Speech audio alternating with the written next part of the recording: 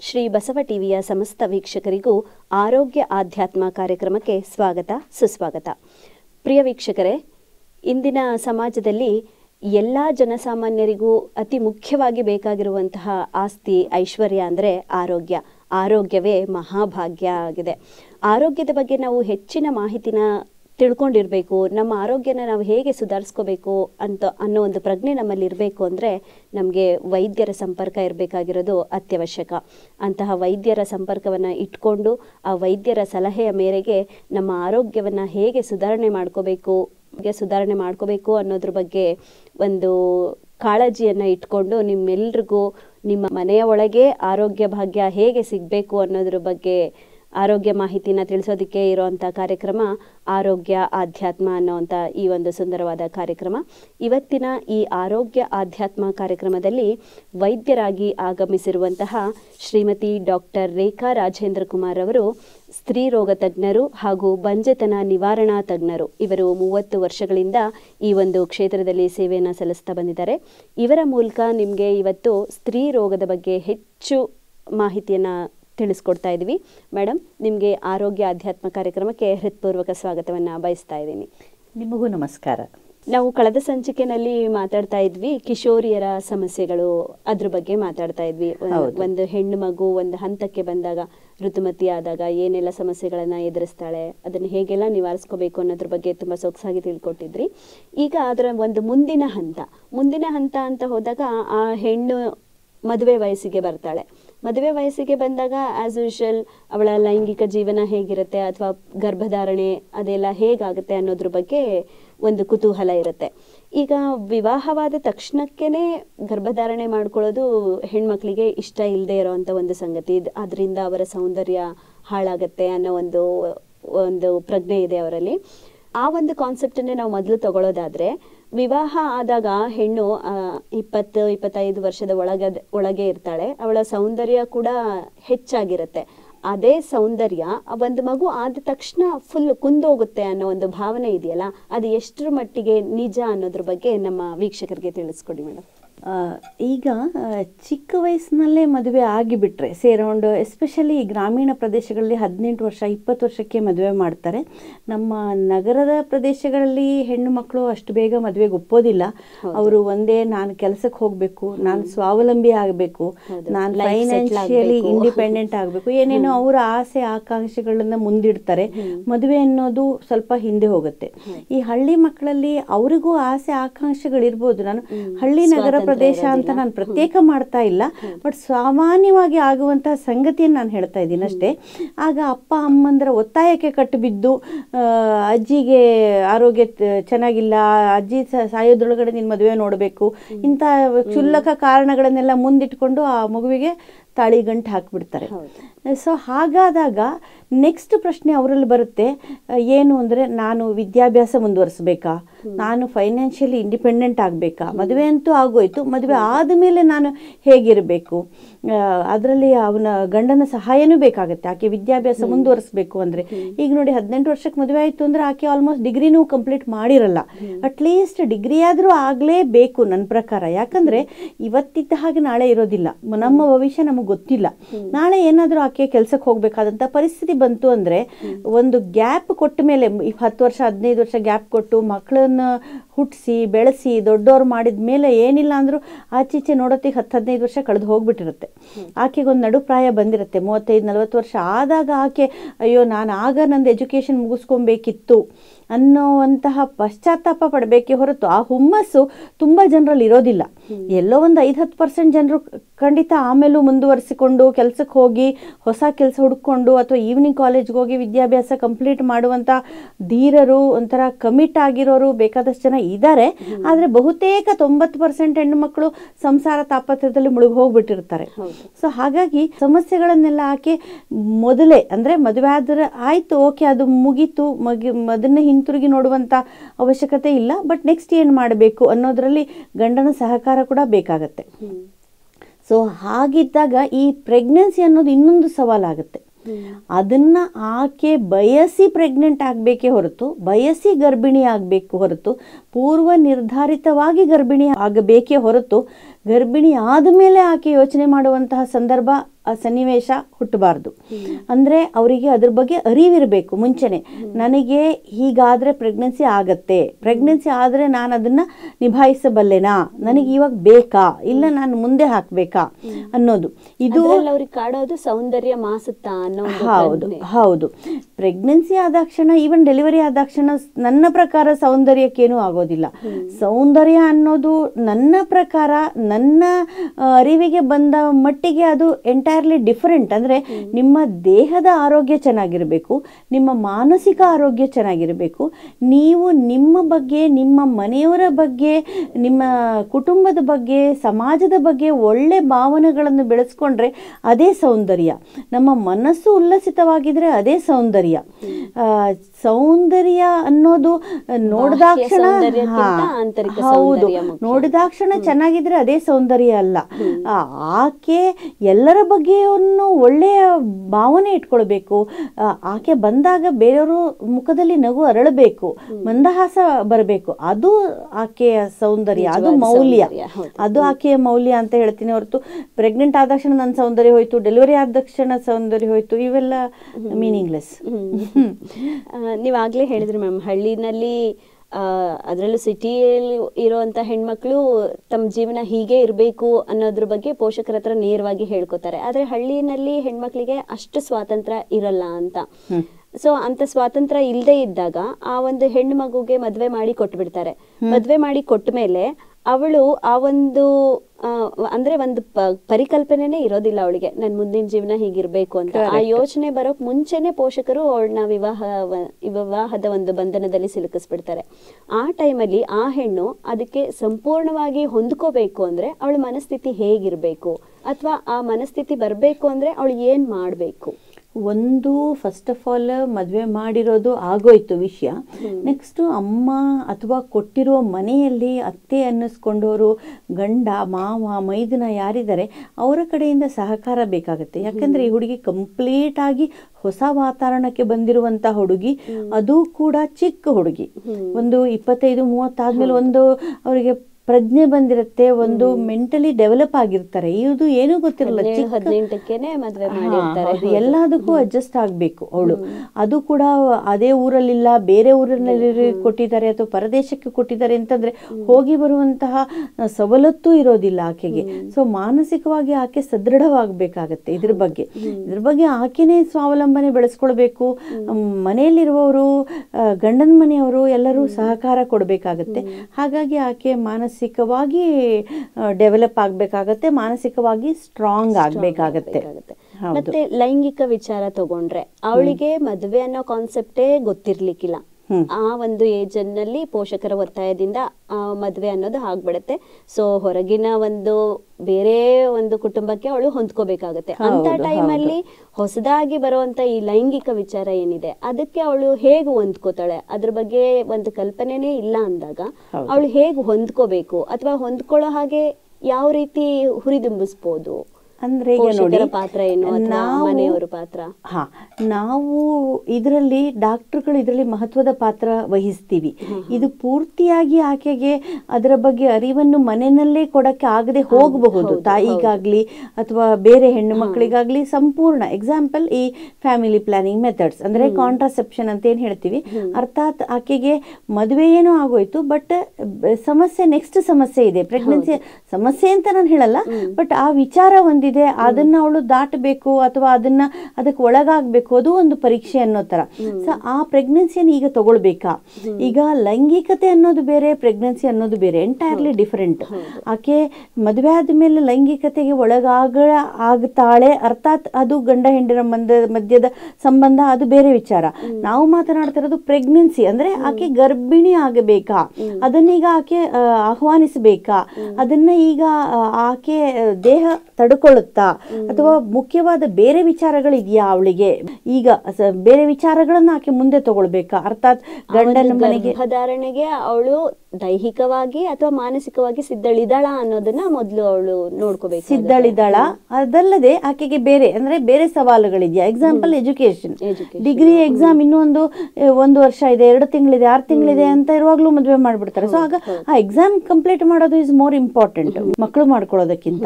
So ಹಾಗಾಗಿ ಅದು first important ಆಕೆಗೆ. ಪ್ರೆಗ್ನೆನ್ಸಿ ಆಗೋದು ಬೇಡ ಅನ್ನೋದಿರುತ್ತೆ. ಸೊ ಪ್ರೆಗ್ನೆನ್ಸಿ ಆಗೋದು ಬೇಡ ಅನ್ನೋದ್ರ ಬಗ್ಗೆ ಆಕೆ ನಮ್ಮ ಹತ್ರ ಬರಬೇಕಾಗತ್ತೆ. ಅದು ಮನೆಯಲ್ಲಿ ಅದಕ್ಕೆ ಅಷ್ಟೊಂದು ವೈದ್ಯಕೀಯವಾಗಿ ಸಲಹೆ ಸಿಕ್ಕೋದಿಲ್ಲ ಅಂತ ಅನ್ಕೊಳ್ತೀನಿ.